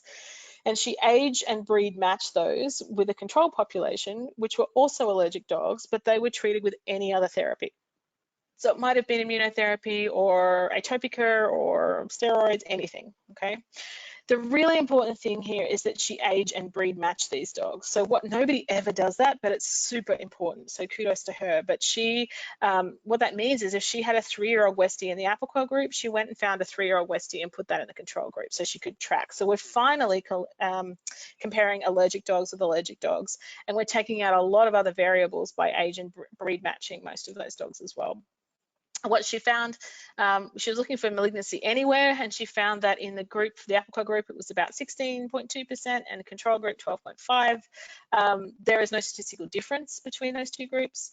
In terms of benign skin masses, again, no difference between those two groups, 57.2 and 60. I know that sounds high for benign skin masses, but think about how many skin tags, sebaceous adenomas, lipomas you saw in practice today. Okay, so there was a minimum 2-year follow-up for all of these dogs, so they were followed for quite a long time. So we hope this article is published soon, but this is just from the abstract, and really a nice data there out of California. The very last thing I just wanted to draw your attention to was this article here. If you haven't seen it, I would encourage you to go to it. We can also, it's not confidential. I apologize for the slide. It is available to you, and we can certainly email you copies of this as well. This is a roundtable between dermatologists. Cheryl London is a professor of oncology at Tufts. There's some general practitioners in there. And this actually talks about all of the questions that you guys asked. So what are the recommendations for monitoring? What was the side effect profile? What about cancer? All those things are in this in a roundtable, really easy to understand format. I actually give this to my clients if they have questions as well. One of the things that I think is really cool, and one of the reasons that I think you should read it, is that Dr. London is actually using Apoquel in clinical studies to treat cancer. I'll say that again. She's using it in her chemotherapy protocols to treat cancer. Now, the reason that that may work, we'll see, is that, remember we talked about that JAK-STAT pathway as being a cellular signaling pathway for those inflammatory and pruritic cytokines. It also, as it turns out, is a signaling pathway for cancer cells. And in humans, they're actually using JAK-STAT inhibitors mainly topical JAK-STAT inhibitors in the treatment of skin cancer. So this has been used for some time in humans. And so now, in veterinary medicine, we're just starting to have the oncologists look at JAK-STAT inhibitors to treat cancer and prolong survival times. Now, she has published an article about using Apoquel with doxorubicin and carboplatin, and that was not an efficacy study, right? That was a side effect, really, study looking at, do you get increased side effects if you use Apoquel with these other chemotherapeutics? You can read the article, but it turns out you don't. Right now, she's doing clinical studies on, does this prolong survival times? So just stay tuned for that. Certainly, it's not something Zoetis is looking into. We're not promising Apoquel does anything to cure cancer, but what we are saying is that you will start to see oncologists use JAK-STAT inhibitors, whether it's Apoquel or whether it's something else, more and more. So I just thought that was really interesting. The other question I think that came up a lot was cats. I don't have a slide for this one. Apoquel in cats is an interesting one. We certainly know it's off-label use, so it's not registered for use in cats. We don't have much in the way of efficacy or safety data in cats. We have a little bit of pharmacokinetic data in cats. And what I can tell you is it has been used. It's probably been used by some of you out there in practice. And there are a number of publications that you can look up in the literature from dermatologists that have published on this. And the efficacy that they are experiencing, largely in uncontrolled studies, is around about 50%. So it's helpful in some cats. They tend to need higher doses. The half-life in cats is shorter than it is in dogs. So you'll see in the published literature that the dose rates are usually somewhere around the 0.5 milligram to 1 milligram per kilogram BID. So it's a fairly high dose, certainly much higher than the dog dose, and as BID, it doesn't drop down to SID. We have no recommendations, obviously, because it's off-label use. So I do have some hesitation about using Apoquel in cats. I definitely would not be using it as a first-line choice, but if you have a diabetic cat that can't have steroids, where it vomited on Apoquel and maybe immunotherapy is not possible, would I use it off-label? Absolutely, I would have a discussion with an owner about potentially using that, but just understand that we don't have any safety data. We don't have any efficacy data outside of those reports that have been published, and a lot of them are uncontrolled. So is it worth a try in those kind of last ditch cases? Sure, but it really does have to be a discussion between you and that owner, and you would want to be doing some monitoring on those cats as well, because as I said, we just don't have any safety data on that. So I hope that answers your questions about Apoquel. Was there anything else, any other burning questions, Matt, that I missed? Yes, are you talking about surrounding Apoquel or in general? Just around Apoquel. Okay, around Apoquel, I would say, I didn't know if you want to clarify any more. You mentioned in the document that they have some testing recommendations, but you also mentioned, I believe, doing just standard, geriatric or prophylactic screening. But are you recommending any type of testing for dogs on Apoquel, say like that are younger, blood, urine, etc.? And if you do, how often? Would I do it so if I happen to use it off-label in a dog under 12 months, if that's the question, yeah, I probably would do some baseline bloods and urine, and then maybe, I mean, we have no idea, right, how often we should be doing these things, but I think it would be prudent to be doing them every couple of months in a dog under 12 months of age. But again, it's off-label. I really don't want to be using it in a dog under 12 months of age. Once the dog hits 12 months, then as I said, whatever you guys are comfortable with in your practice. So for me, I can tell you that we did it annually. We did it every 12 months. When I had my own practice at UGA, we tended not to do blood work at all. But remember, we see a referral population there. So those dogs were generally having annual blood work at their referring veterinarians. So it just depends on your level of comfort with it. But just know that we have a lot of data around this now, and we don't have any data that shows that we should be doing monitoring at any particular frequency. I just think it's prudent as veterinarians to make sure we know what's going on with these dogs at least yearly. And then also, Fiona, I think these are both good questions. One was the clarification that it is okay to start Apoquel, once a day instead of twice. And then just Correct. to tag onto that question, why you shouldn't, or why you should try to avoid using it twice a day long term, why it's only recommended for 14 days. Yeah, so we have some data around this. Again, for expediency, I don't have that slide here, but with the twice daily use long-term is an interesting one. We don't have long-term data on what happens if you suppress those cytokines for the full 24-hour, and not just IL-31, right? We're talking about other cytokines, 2, 4, 6, 13. What happens if you suppress those cytokines for the entire 24-hour period long-term? Because there are important cellular functions that those other cytokines are involved with immune responses. We know that doing it for 2 weeks is fine, and we know that once you're on once daily, you're only suppressing those cytokines for sometimes 12, 16, 18, 20 hours, depending on the cytokine. Interestingly, IL-31 is the one that's suppressed for the longest, which is great, right? You want to suppress that itch for the majority of the day.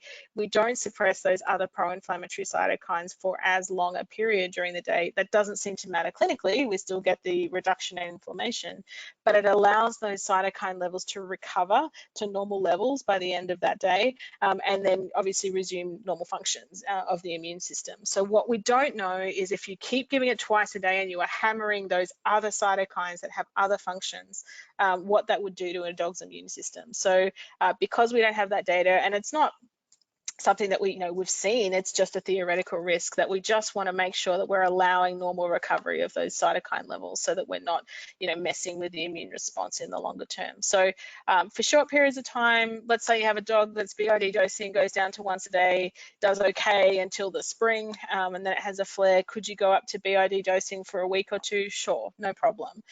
If you're finding you have to do that every month, then there's something else going on with that dog. You need to revisit those diagnostic steps, or you need to consider using something like CYTOPOINT as well, or immunotherapy, or so make sure that if you're having to use BID as Apoquel rather continuously, or at least many times in a year, and we don't have a different definition for how many times should make you uncomfortable, but if it makes you uncomfortable and you're asking the question, then you probably need to go back to those diagnostic steps, consider another antipruritic therapy or referral for those cases.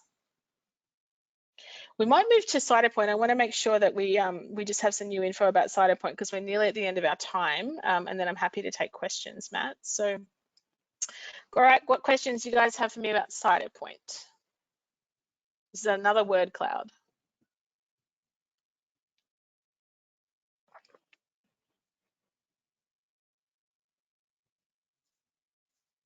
No questions. There we go. Compare with Apoquel. Yep. It's a miracle. We like that one. Puppies. Yep.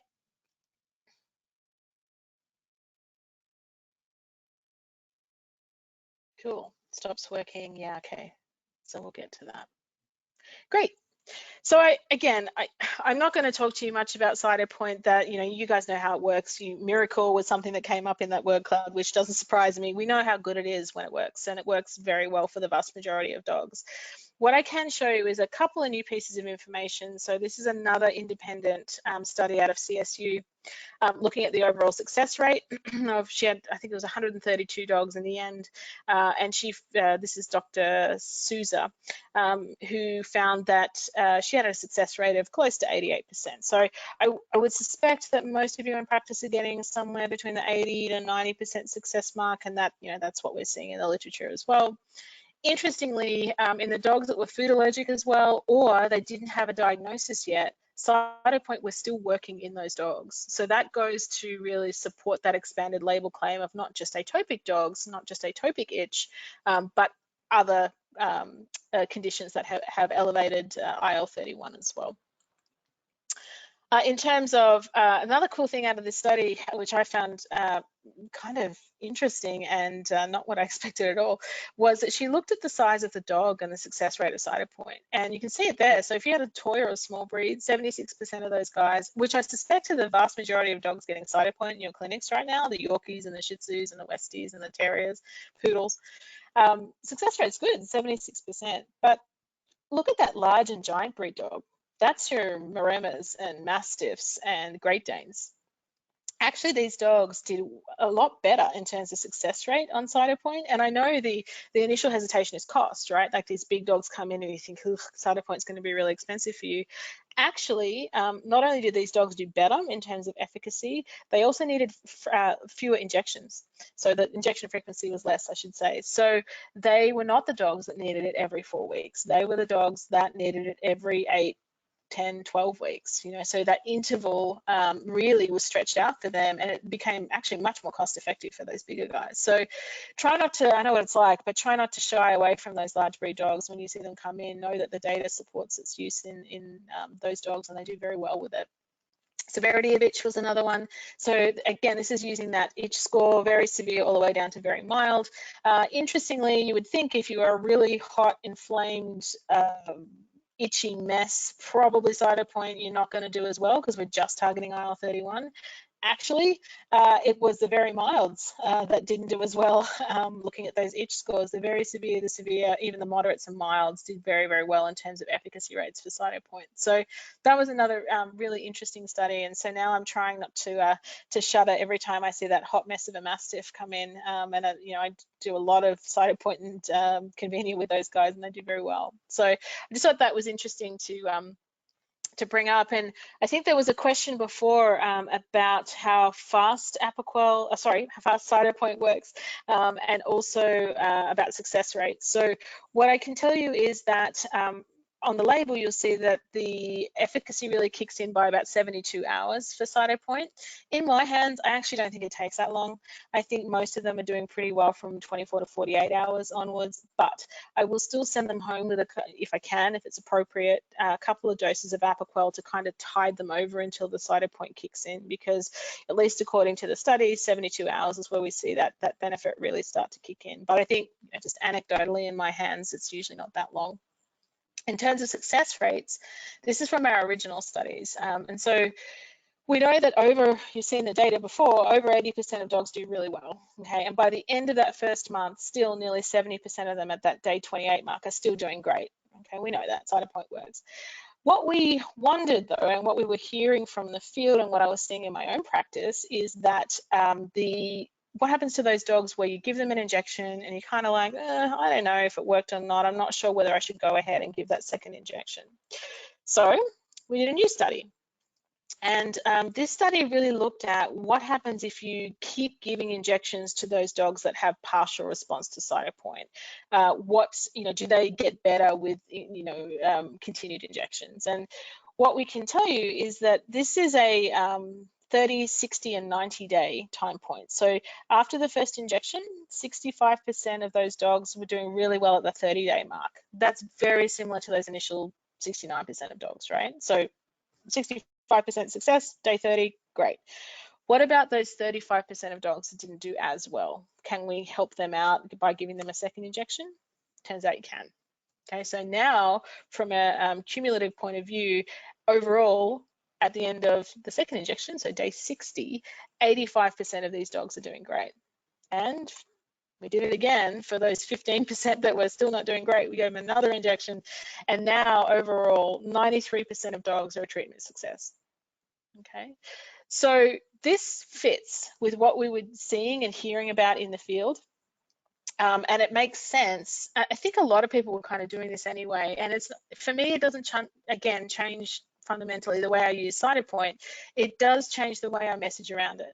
So what I will say to people is that the vast majority of dogs will do well after a first injection, and then we can just decide on a frequency of injection after that. That's what you guys are doing in practice. But if your dog doesn't do as well as we would like, we're still going to go ahead and give another monthly injection, and then maybe even another monthly injection after that. We'll see how they go. What I want to be really clear about is that we're not saying that every dog needs 3 monthly injections. Okay, what we're saying is if you have a partial response, don't give up on these guys too early, because if you had given them up after the first injection, you would have missed about 28% of those dogs that would otherwise have done really well on CYTOPOINT. So this is kind of how we talk about it. So we schedule that exam after the first CYTOPOINT injection at the end of that month. See how they're doing. If they're doing great, then you decide on the appropriate interval as you are already doing. If they're not doing great, then we're going to give that second injection and see them back for a second exam in another month, and then maybe even repeat that if we have to for those cases. Okay. Cyclosporin, really not much new here that I can tell you. Nothing has really changed in the atopic world. Obviously, you know, there's a label formulation now for cats, which is liquid, which has been around for some time. So just be aware that that's out there. I don't have much new that's there, but it is a nice anchor therapy if you're not getting the responses that you need with Apoquel and CYTOPOINT. And then obviously we talked quite a bit about allergen-specific immunotherapy in there as well. So one of the questions that was asked was, what about, when Apoquel isn't doing as well, or can we use CYTOPOINT and Apoquel? Well, the answer is yes, but don't forget you don't want to put the Band-Aid on the problem and just hope that it goes away, right? Like, you want to make sure that we're not missing anything here. So make sure the flea control is being given, make sure scabies has been ruled out, that we haven't got infection, all these sort of things. And one of the other resources that we have is something called Prepare for the Flare, and it's on that Science of Stronger Bonds website. But that's something where we actually talk to an owner and set their expectations from the beginning.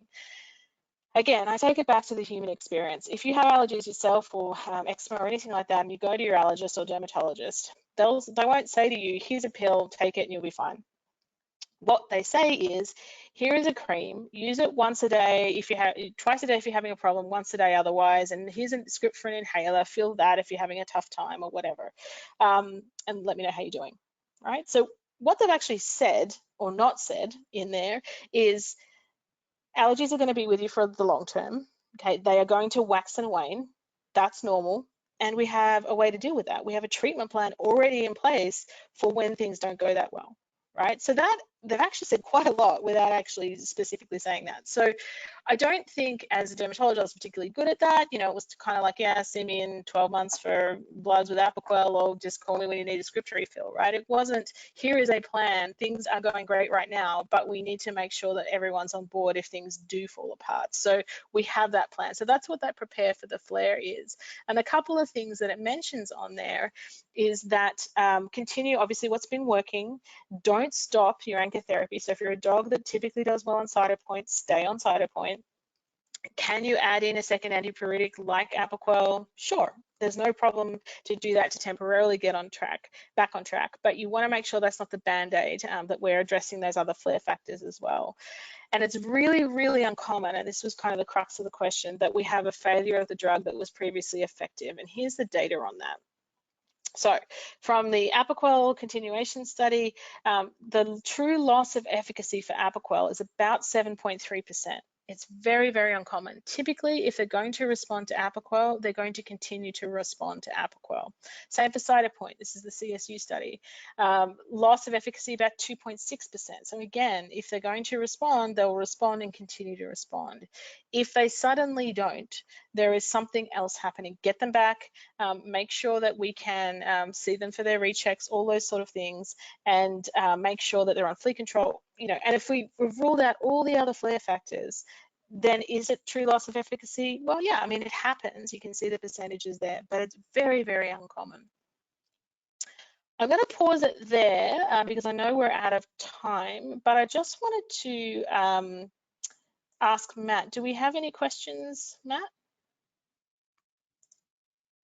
Yeah, hi, Fiona. We actually have a number of questions. So I know you and I both agreed that we can go through them, but I also want to be respectful of everybody who signed in. So just in case there are those that, you know, I mean, 2 hours of C is a long time, or that need to get off for whatever reason, I just wanted to remind everybody, please reach out to your Zoetis representatives, either your sales representative or your professional services vet, because we're happy to follow up if your question didn't get answered or doesn't get answered or something comes up later. We definitely want to follow up with you. The second thing I want to remind everyone is Zoetis has a service called VMIPS, Veterinary Medical Product Information Support. And that phone number, the easiest is it's available. There's an app in the App Store called the VNO app. If you type in Zoetis and V, like V for veterinarian, no, that should come up. And that is like a quick link call number. So that's another resource you can go to. I see a lot of questions about, you know, using some of the medications or how you use them, or even some questions about efficacy. And they can actually take you through and provide you with the answers that you need, or connect you in, as well as, like I said, your local sales representatives and local veterinarians also will be happy to connect you with the resources, because we definitely want to make sure everybody gets their questions answered. Lastly, a few people asked about the handouts. Claire is going to send out, and I know she already sent out, I believe, an email during the talk with some links. The science of Stronger bonds. Yes. The science of strong, I was having a word up there. The science of stronger bonds link does work. But the first time I typed it into my web browser, I was having issues with it as well. So we'll send you out a direct link to that, or again, that's scienceofstrongerbonds.com. Or you can also access that through the zoetisus.com website. If you start going in through products and you get to our dermatology portfolio, that also has downloads. So again, just reach out to us, contact us for your usual connections, and we're happy to find you all of that information. thank you everybody for signing in.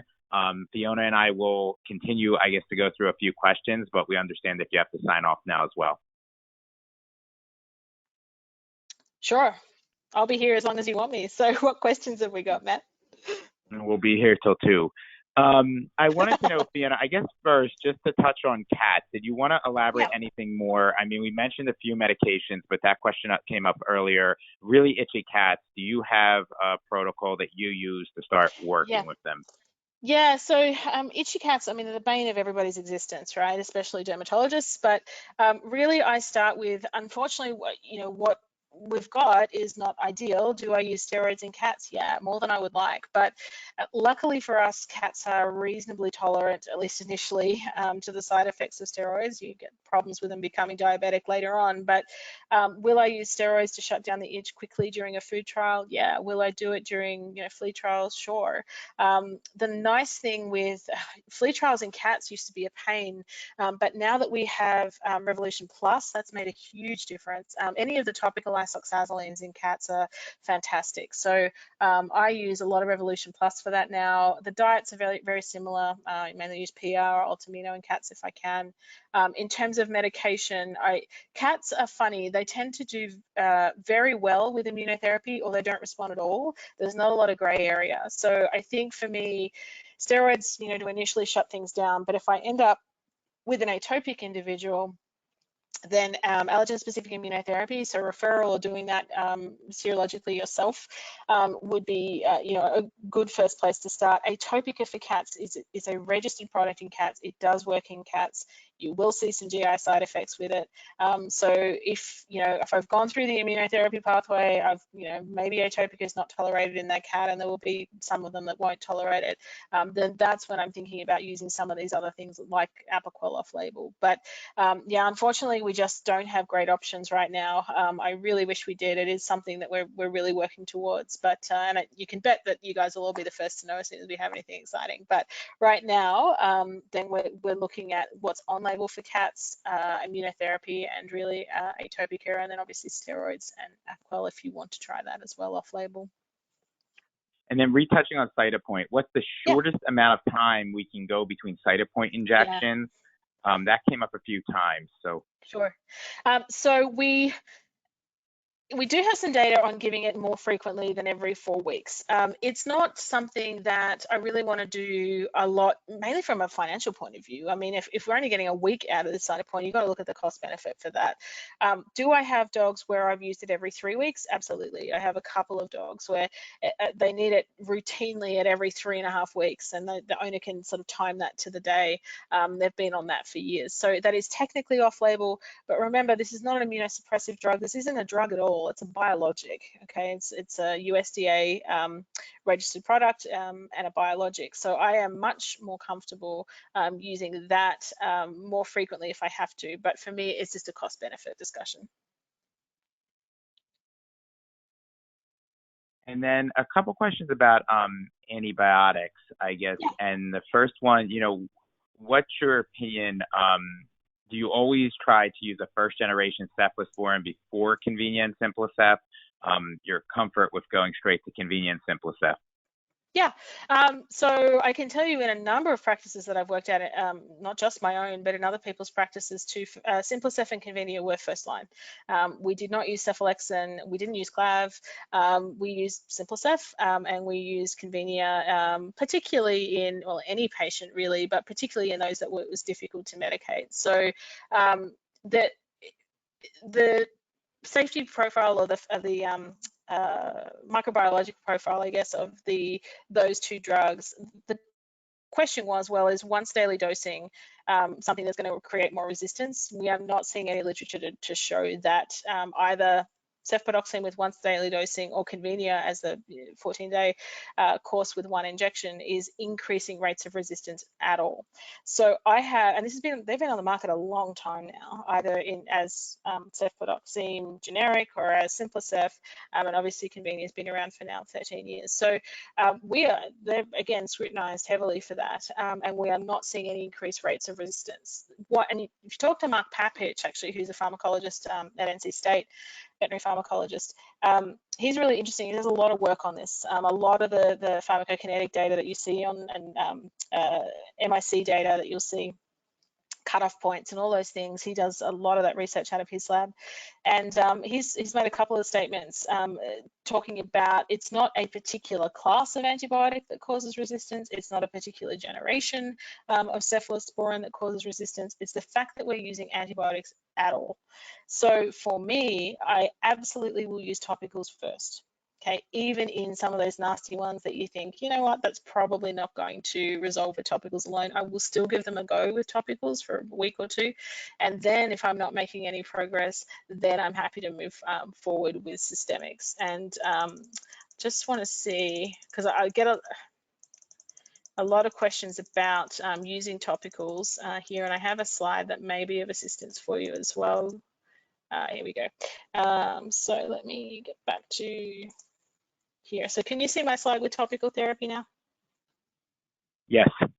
Okay, so this is some of the reasons that I use topicals. So we don't, in terms of topical therapy, we are not seeing increased rates of resistance to chlorhexidine or bleach or anything like that.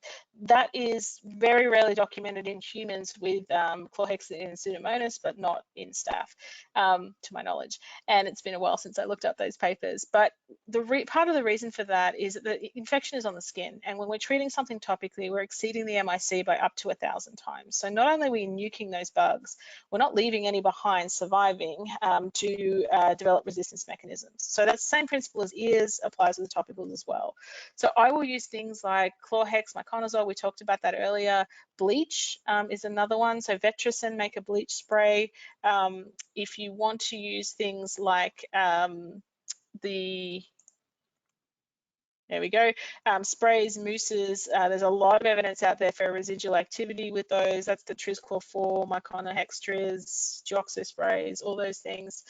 This is usually the one that people want me to talk about. If we're going to use dilute bleach in these guys, what concentrations do we use? So 1 in 32, so 1 part bleach to 32 parts of water, all the way up to 1 part bleach and 1/28 of water, has been shown to be effective against staph, and also, as long as it's within that concentration range, anti-inflammatory, believe it or not. So it actually will reduce skin inflammation in dogs. That's that paper by Banovich et al. Down the bottom there. If you don't feel like having clients make up bleach solution, which for some clients they just won't tolerate, there is a new shampoo out there as well called Command, and Command shampoo has a base of sodium hypochlorite or bleach. So in answer to your question, I don't always reach for a first tier drug. If I do, I have no problem using Simplacef and Convenia first time. I will use other things as well, Clinda sometimes, but mostly they're my go-tos. But if I can at all avoid any systemic antibiotic, I absolutely will. And that's where I'm using things like, chlorhex, bleach, those sort of things. Did that, okay, I think that answered the question, Matt. Yeah, and then Fiona, just to tag on to that, because I want to respect everybody who asked. I think you kind of handled this, but there was a comment also, from your earlier slide about using, Clavamox versus just straight amoxicillin. Do you have any quick comment on that? The only reason, and a disclaimer, I'm not a huge fan of, I know Clavamox is Zoetis products, but I'm not a huge fan of it. I know it's a first-line choice and there's lots of evidence for its use. I just found it not that effective for superficial pyoderma. I don't know why. In terms of amoxicillin was not on the first tier list because we have a lot of beta-lactamase in the bacterial population, and so they're going to be resistant to amoxicillin. You need that beta-lactamase inhibitor in there, the clavulanate. So I don't use amoxicillin alone. If you have a culture that tells you otherwise, go for it. But in the absence of culture, we're talking empirical therapy here, then if you're going to use amoxicillin, I would always use it with a clavulanate. Okay, thank you, Fiona. A couple more questions. I guess there was a quick question about what sort of protection are you using for those people who are allergic to penicillin and derivatives, to use with Convenia? I'm usually giving it, so I don't use any. I'm not injecting the owner with it, so it's not something I wouldn't ever have them do a convenient injection at home. We shouldn't be doing that anyway. That should be an in-clinic thing. So it's not that they have general exposure in the saliva or anything like that. It's if you inject, if you have a penicillin allergy as a human, it's whether you have a high dose parenterally administered. So unless you're actually going up and giving a convenient injection into your client, then that shouldn't be a safety concern at all. I have no problem with that. And then also, I believe you touched on this, but just to reiterate, and it is a good question, you know, do you worry about resistance with chronic long-term use of topicals that contain chlorhex, you know, azoles, I can never pronounce this right, Phytoxine, yeah. Yes. Yeah, we're certainly looking for it. We're concerned about it. Are we seeing it? No. And if you think about how old chlorhexidine is, I mean, this was around, I think it was developed in the 1950s. So this is not something that we are seeing. There are chlorhexidine resistance genes. They've not ever been reported in any veterinary staph species. So, you know, it's the kind of the lesser of two evils. You've got to use something, right? And that's what, you know, if you're going to use something really high concentration locally, so that we can minimize any potential resistance mechanisms. But even with those resistance mechanisms, we're just not seeing them. So for me, you know, obviously the answer is control the underlying, you know, endocrinopathy or allergic disease or whatever it is, so that these animals don't keep getting infections. But I have no problem, and I think it's much better to use a lot of topicals on these guys and really nuke that bacterial population. And don't forget too, with topicals, we're avoiding exposing the rest of the bacterial flora in that dog, particularly the gut population, to any antimicrobials. So that's the big concern. If you're using in humans as well, if you're using systemics, what's that doing to the E. coli population in the gut? So we don't have to worry about that with any topicals. But are we looking for it? Yes, it is on our radar. Are we seeing it? No. Okay. And then also, somebody commented on, I think this was a great point that you brought up and relatively new information about, you know, doing cultures and not having to worry about going off antibiotics. So just that's specifying that's not just with dermatology, but that's new technology today. Ooh, that is a great question, and I don't want to speak for internal medicine or other people. That is a recommendation in dermatology. My feeling is that it will be similar in other fields, but that would be a question for an internist, I think. So before you guys go quoting me on your next urine cultures and all those things, just check with your local specialist or university, or even call the lab and see what their advice is. But for skin, that is no longer a requirement. Okay. Great and question. Any comments on plucking ear hair versus not plucking? Yeah, I didn't talk about ears much at all because it's a whole another thing. I'm not a fan of plucking.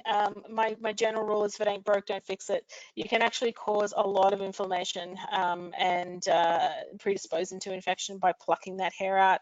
It's a constant battle between dermatologists and groomers that I always feel like dermatologists lose. So shaving is fine.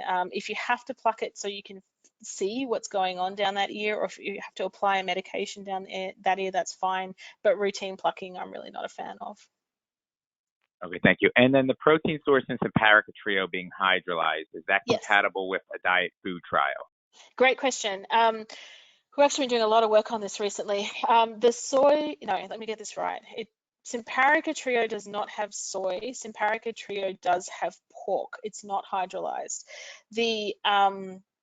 The basic flavoring for all of the isoxazoline is the same in that all of them contain pork. I'm not sure if all of them are hydrolyzed, any of them are hydrolyzed. Some of them also contain soy.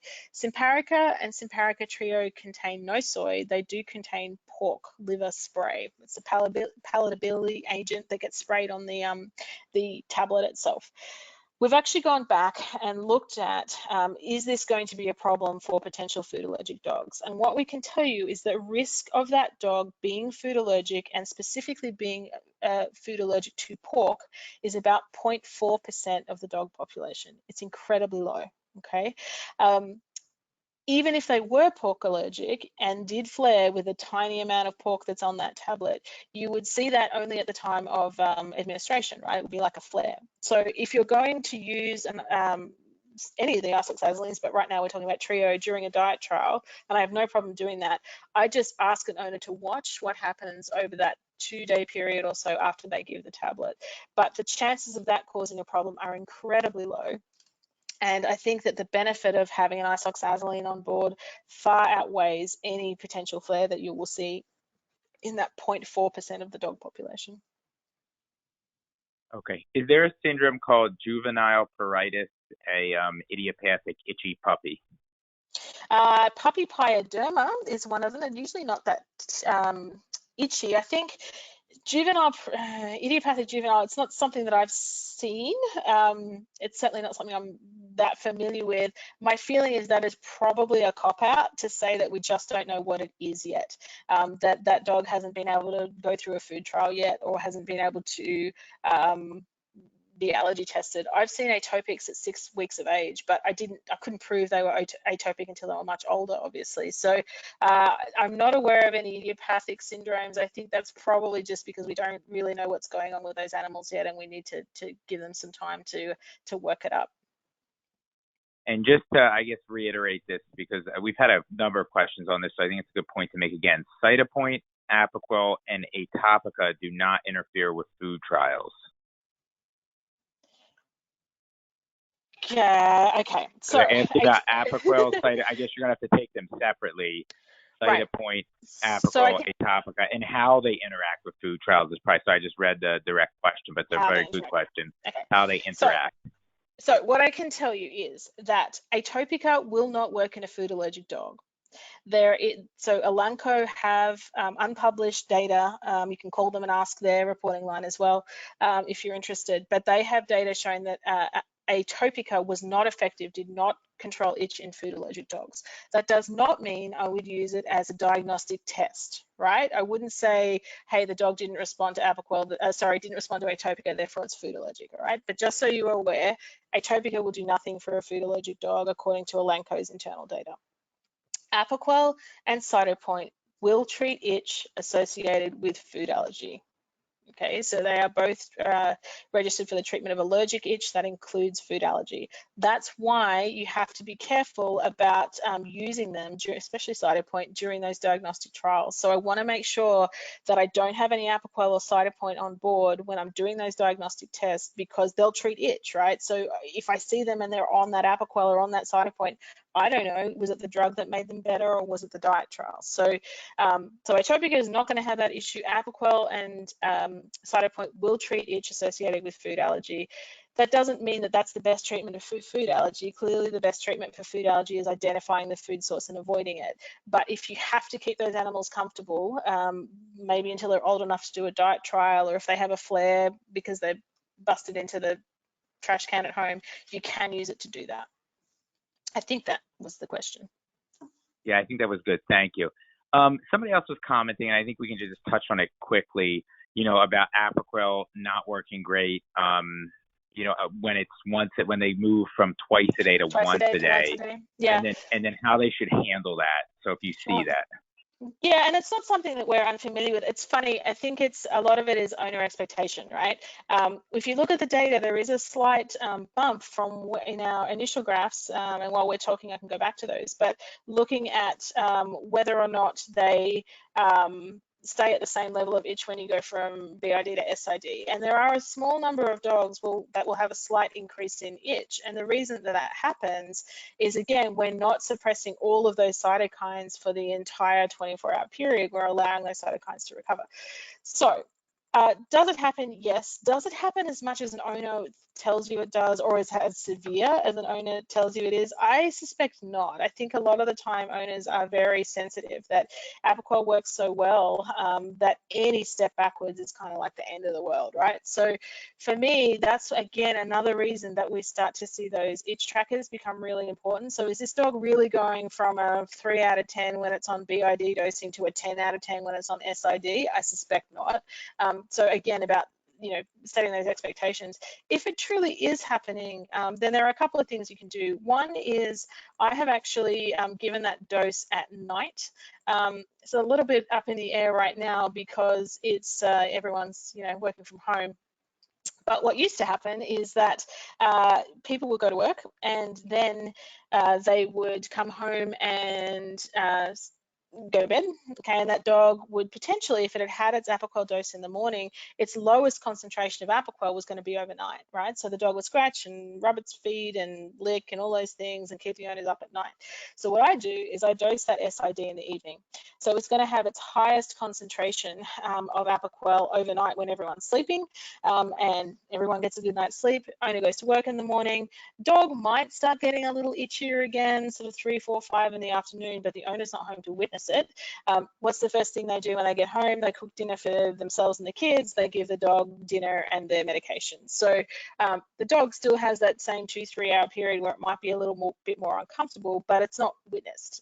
So that can help just switching to PM dosing. This is the graph that I was talking about. So you can see, if you look at day 14, if you can see the Apoquel, this is the teal, it's doing really well at day 14. That's the end of the BID dosing, and it goes up a little bit at day 28. So that's after 14 days of SID dosing. So they are the dogs there that you can see that are getting a little bit worse.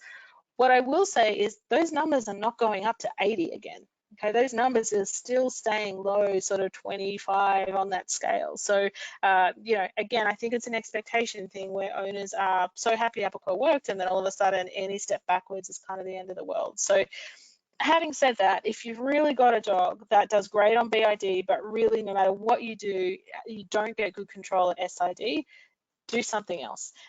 Do CYTOPOINT, do immunotherapy, consider ATOPIC. There is no point, you know, making everyone unhappy if you can't get the control. But you absolutely want to make sure your expectations are set, your flare factors are controlled, you've tried the nighttime dosing, all those other things first before you switch over. And I want to tag on to that to remind you, if you ever are seeing something like that and you do want to discuss it with us, again, that VMIPS number, which you can get on that Vino app, you're welcome to call anytime or reach out to your professional services vet or your sales rep, and they can connect you with one of our dermatologists or Fiona. I'm trying to not fill up your mailbox, Fiona, with a million emails, but just kidding. But we're happy to help you work through those individual cases if you need that help. We are getting, like, there's still a number of questions, to be honest, so we'll keep going, but we're making a dent in them. So the next one for sprays and mousse, I'm saving the horse questions for the end, but for the sprays and mousse, would you use them once a day or less? Sprays, great question. So, sorry, you distracted me with the horses there for a second. Sorry, sprays and mousse, they really are coming, but for sprays and mousse, would you use them once a day or less? Yeah, so sprays and mousse is an interesting one. One of the studies that has been done, actually there's one for mousses now as well, but the original study was sprays and looking at residual activity. And what they found was after a single application, they looked at 4 different sprays in this particular study. One was Trisclor 4, the other was Myconohex Triz. I think one of the Duoxo sprays was in there as well, but I'll find the article for you and show it on the screen in just a second. But essentially what they found in this study is after a single application of that spray, it was a normal dog, and what they did is they plucked hair from that dog every day for 10 days and put it on a culture plate that was growing staph, and they found that that hair was killing those staph after a single application for at least 10 days. So, I mean, I would never tell an owner that it needs to be done every 10 days, right? Because they won't do it. But for me, that study ended at 10 days just because they ran out of time and funds. Who knows how long that was going to continue to work for. So for me, what I'll do with active infection is I will actually do it for daily. I'll use those sprays. I don't get them to shampoo a lot. I don't think people do it. I want to try and not scare people off with the amount of work that they have to do. So I get them to shampoo weekly, but this is the article, but I will use sprays daily until the infections resolve, and then I use it weekly as a preventative. So I talk about being proactive rather than being reactive. That means don't wait until there's an infection. Let's use this weekly spray to reduce the bacterial and yeast load on the skin and prevent those infections from happening. But there's a similar article out there you can see for mousses as well. I just have the spray one up there. Okay, thank you. Touching on again, the differences between CYTOPOINT and Apoquel, and can you use them at the same time? I know you touched on that, so we can, do it briefly, but. Yep. Is it ideal to have a dog on multiple therapies for its entire life? No. Do we have to really do it for those really bad atopics? Yeah, sometimes we do, but they're not common. You can absolutely use those together. Remember that CYTOPOINT is not an immunosuppressive. It's not a drug. It doesn't get metabolized to any great degree by the liver or kidneys. So it is absolutely used with Apoquel with no problems at all. But as I said, if you've got a dog that really isn't doing what it needs to do on Apoquel at all, would I just do a straight switch to CYTOPOINT? Absolutely. If you've got a dog that let's say the classic is the dog that does really well on Apoquel except in spring when you get a big pollen flare, well, maybe that dog needs Apoquel and CYTOPOINT during the spring, but once that spring flare has gone, for the most part, it can be controlled by Apoquel alone. So, you can use them together, you can use them kind of interchangeably. They're pretty flexible in terms of dosing and administration. Thank you. And then what is the preferred route of immunotherapy, injection or sublingual? Great question. So we have much more data in the veterinary field, also in humans, about injected, so subcutaneous or SCIT, subcutaneous immunotherapy. We're starting to get more and more data out there about sublingual as well, and the efficacy rate seems to be about the same. Whether or not you administer it sub-Q or whether or not you do sublingual, I think is an entirely personal choice and discussion with each owner. Would they prefer to give an injection? Would they prefer to do sublingual? One thing I will say is that on face value, it seems like sublingual would be much easier, right? Needles, you don't have to do anything in terms of sharps, nothing like that. But the administration for sublingual is usually BID, sometimes SID, but usually BID forever. Okay, for subcutaneous, the injection frequency often drops, sometimes weekly, every 2 weeks, sometimes every month. So often it's still much more convenient for an owner to give an injection once a month than it is to give an oral medication twice a day, every day. Okay, cool. I've heard if you start one food, say like duck and potato, and the client messes up and gives treats, you can't restart duck and potato again. You have to start a new one. Is that correct? I mean, the short answer is we don't really know. I wouldn't be using duck anyway. I think we talked about the cross-reactivity with poultry. The theory behind it is that if you have seen any of the so-called novel proteins before, they're no longer novel to you, so you can't use them again, right? In a case like that, would it be likely that in that shorter period of time, that dog would have developed a reactivity to duck? It would be incredibly unlikely. The fact that to develop multiple food allergies over time is very unlikely already. To do it in a number of weeks would be close to zero. So I wouldn't actually have a problem with just restarting with the same protein. If that dog had been fed duck for 3 years and then you saw it, 5 years later, then sure, I wouldn't use that. That's no longer novel. But in a short period like that, I have no problem reusing it. I just wouldn't use duck. I'd use something like kangaroo or rabbit, something like that. Okay, thank you. All right, here come a couple questions about, I guess, some species outside of dogs and cats. So okay, hit me. I work on zoo animals, and intradermal testing for allergens is hard to accomplish. We do a lot of blood tests with IDEX for allergy testing, and results have seemed effective when the allergen has been removed. But is that considered a good test in place of intradermal testing? So I think so you said IDEX, Matt? Yeah, for IDEX. So they said we do a lot of blood tests via IDEX for allergy testing, and results have seemed effective when the allergen has been removed. But is that considered a good test in place of intradermal? Yeah, so serological, so this is where it gets a little confusing, I think, for us and for owners. Serological testing for atopy, by and large, is valid. It depends a little bit on the company, but IDEX is a good one. IDEX, Greer, HESCA, VARL, VARL, all validated labs with good ELISAs, and they are specifically looking for elevated allergen-specific IgE. And again, the outcomes of immunotherapy are roughly the same, whether you intradermally test them or whether you serologically test them. There are reasons that intradermal testing will always be the gold standard, including that about 10% of animals and humans won't have elevated allergen-specific IgE, so you'll miss those every time in serological testing. You can test for more more things with intradermal testing than you can for serology, all those things. So there are absolutely reasons that intradermal testing is still the gold standard. But in your case, where things like that can't be done, serological testing has been shown to be, if you can identify the allergens and either avoid them or desensitize to them, then yes, absolutely no problem. One thing I will say, for those of you that deal with zoo animals at all, is that you will find a lot of dermatologists do a lot of pro bono work for zoo and wildlife medicine. We like it. It's fun. It's cool. I had a call from a chimpanzee sanctuary in Florida, which we're going to do some work with soon. So never hesitate to reach out to any, not just at Zoetis, but if you know, your local derms as well, you'll often find that people love coming out and doing that stuff. We do a lot of zoo work. So if it's a financial thing, then hit us up, because we can often help with that. If it's a proximity dermatologist thing, in which it may be in your case, then serological testing is an absolutely reasonable thing to do. But use well-known companies like IDEXX, Heska, Griot, Val. Thank you.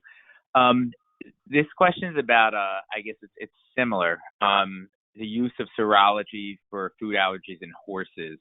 And I think you touched on it in any allergy, but do you have any specific, I guess, additional information about using it in horses? Yeah, it doesn't work. You will get the placebo effect. So you change the diet, you know, based on the kind of bogus serology test, and 30% of them get better, but that's the placebo effect. Unfortunately, there isn't anything in horses that's different from small animals. And food trialing horses is a complete nightmare. I mean, you can imagine. So there are procedures for doing that using different types of hay and alfalfa and all that sort of stuff, but it's rarely done because it's just so complex to do. And unfortunately, serological testing is just a waste of money in that species as well. I'm sorry. I wish it worked. And any version of Apoquel for horses? No, it's a good question. I don't often get asked. What I can tell you is that we don't have any published data. I don't think there's anything in the general literature about this, and we certainly don't have anything in Zoetis. However, anecdotally, it has been used in horses, and it seems to be effective. The obvious issue is cost. The doses seem to be lower from the equine vets that I've spoken to on a mg per kg basis, but it's something that I hope someone publishes on soon, because I think, you know, it's important to get that out there. But it has been used in horses and has been successful in some of those horses as well. So if you do have questions about horses in particular, probably reach out to us, and then I can see what I can find out for you, and I'm happy to talk to you about that. But it has been used. Cool. Thank you, Fiona. And that's the end of the questions. I just want to thank again Claire and Thrive for letting us host this webinar, and especially everybody that attended, and especially who stayed on, because we definitely went well over. So we appreciate the attendance. We will be hosting another webinar in conjunction with Claire on case studies in dermatology in 2 months, I believe in June. And then next month, we're doing one on what we're calling like tick talk. So it'll be tick-borne disease and some parasitology. We'll touch on heartworm, and probably if you have questions around some of those heartworm preventives, we can do that there too as well. And then once again, if you have any questions about dermatology or anything that Zoetis can help you with, please feel free to reach out to your professional services veterinarians or your sales reps, or whatever way you traditionally contact us, and we're happy to work with you. So thank you, everyone. Have a great night. And thank you, Fiona, for your time tonight too, and Claire. Absolutely. Thanks, everyone. Absolutely. Everybody have a great night. Your CE certificates will come to you in about 25 hours. It takes about 24 hours plus after the session has ended. So look for your email and that will come to you there. See you soon.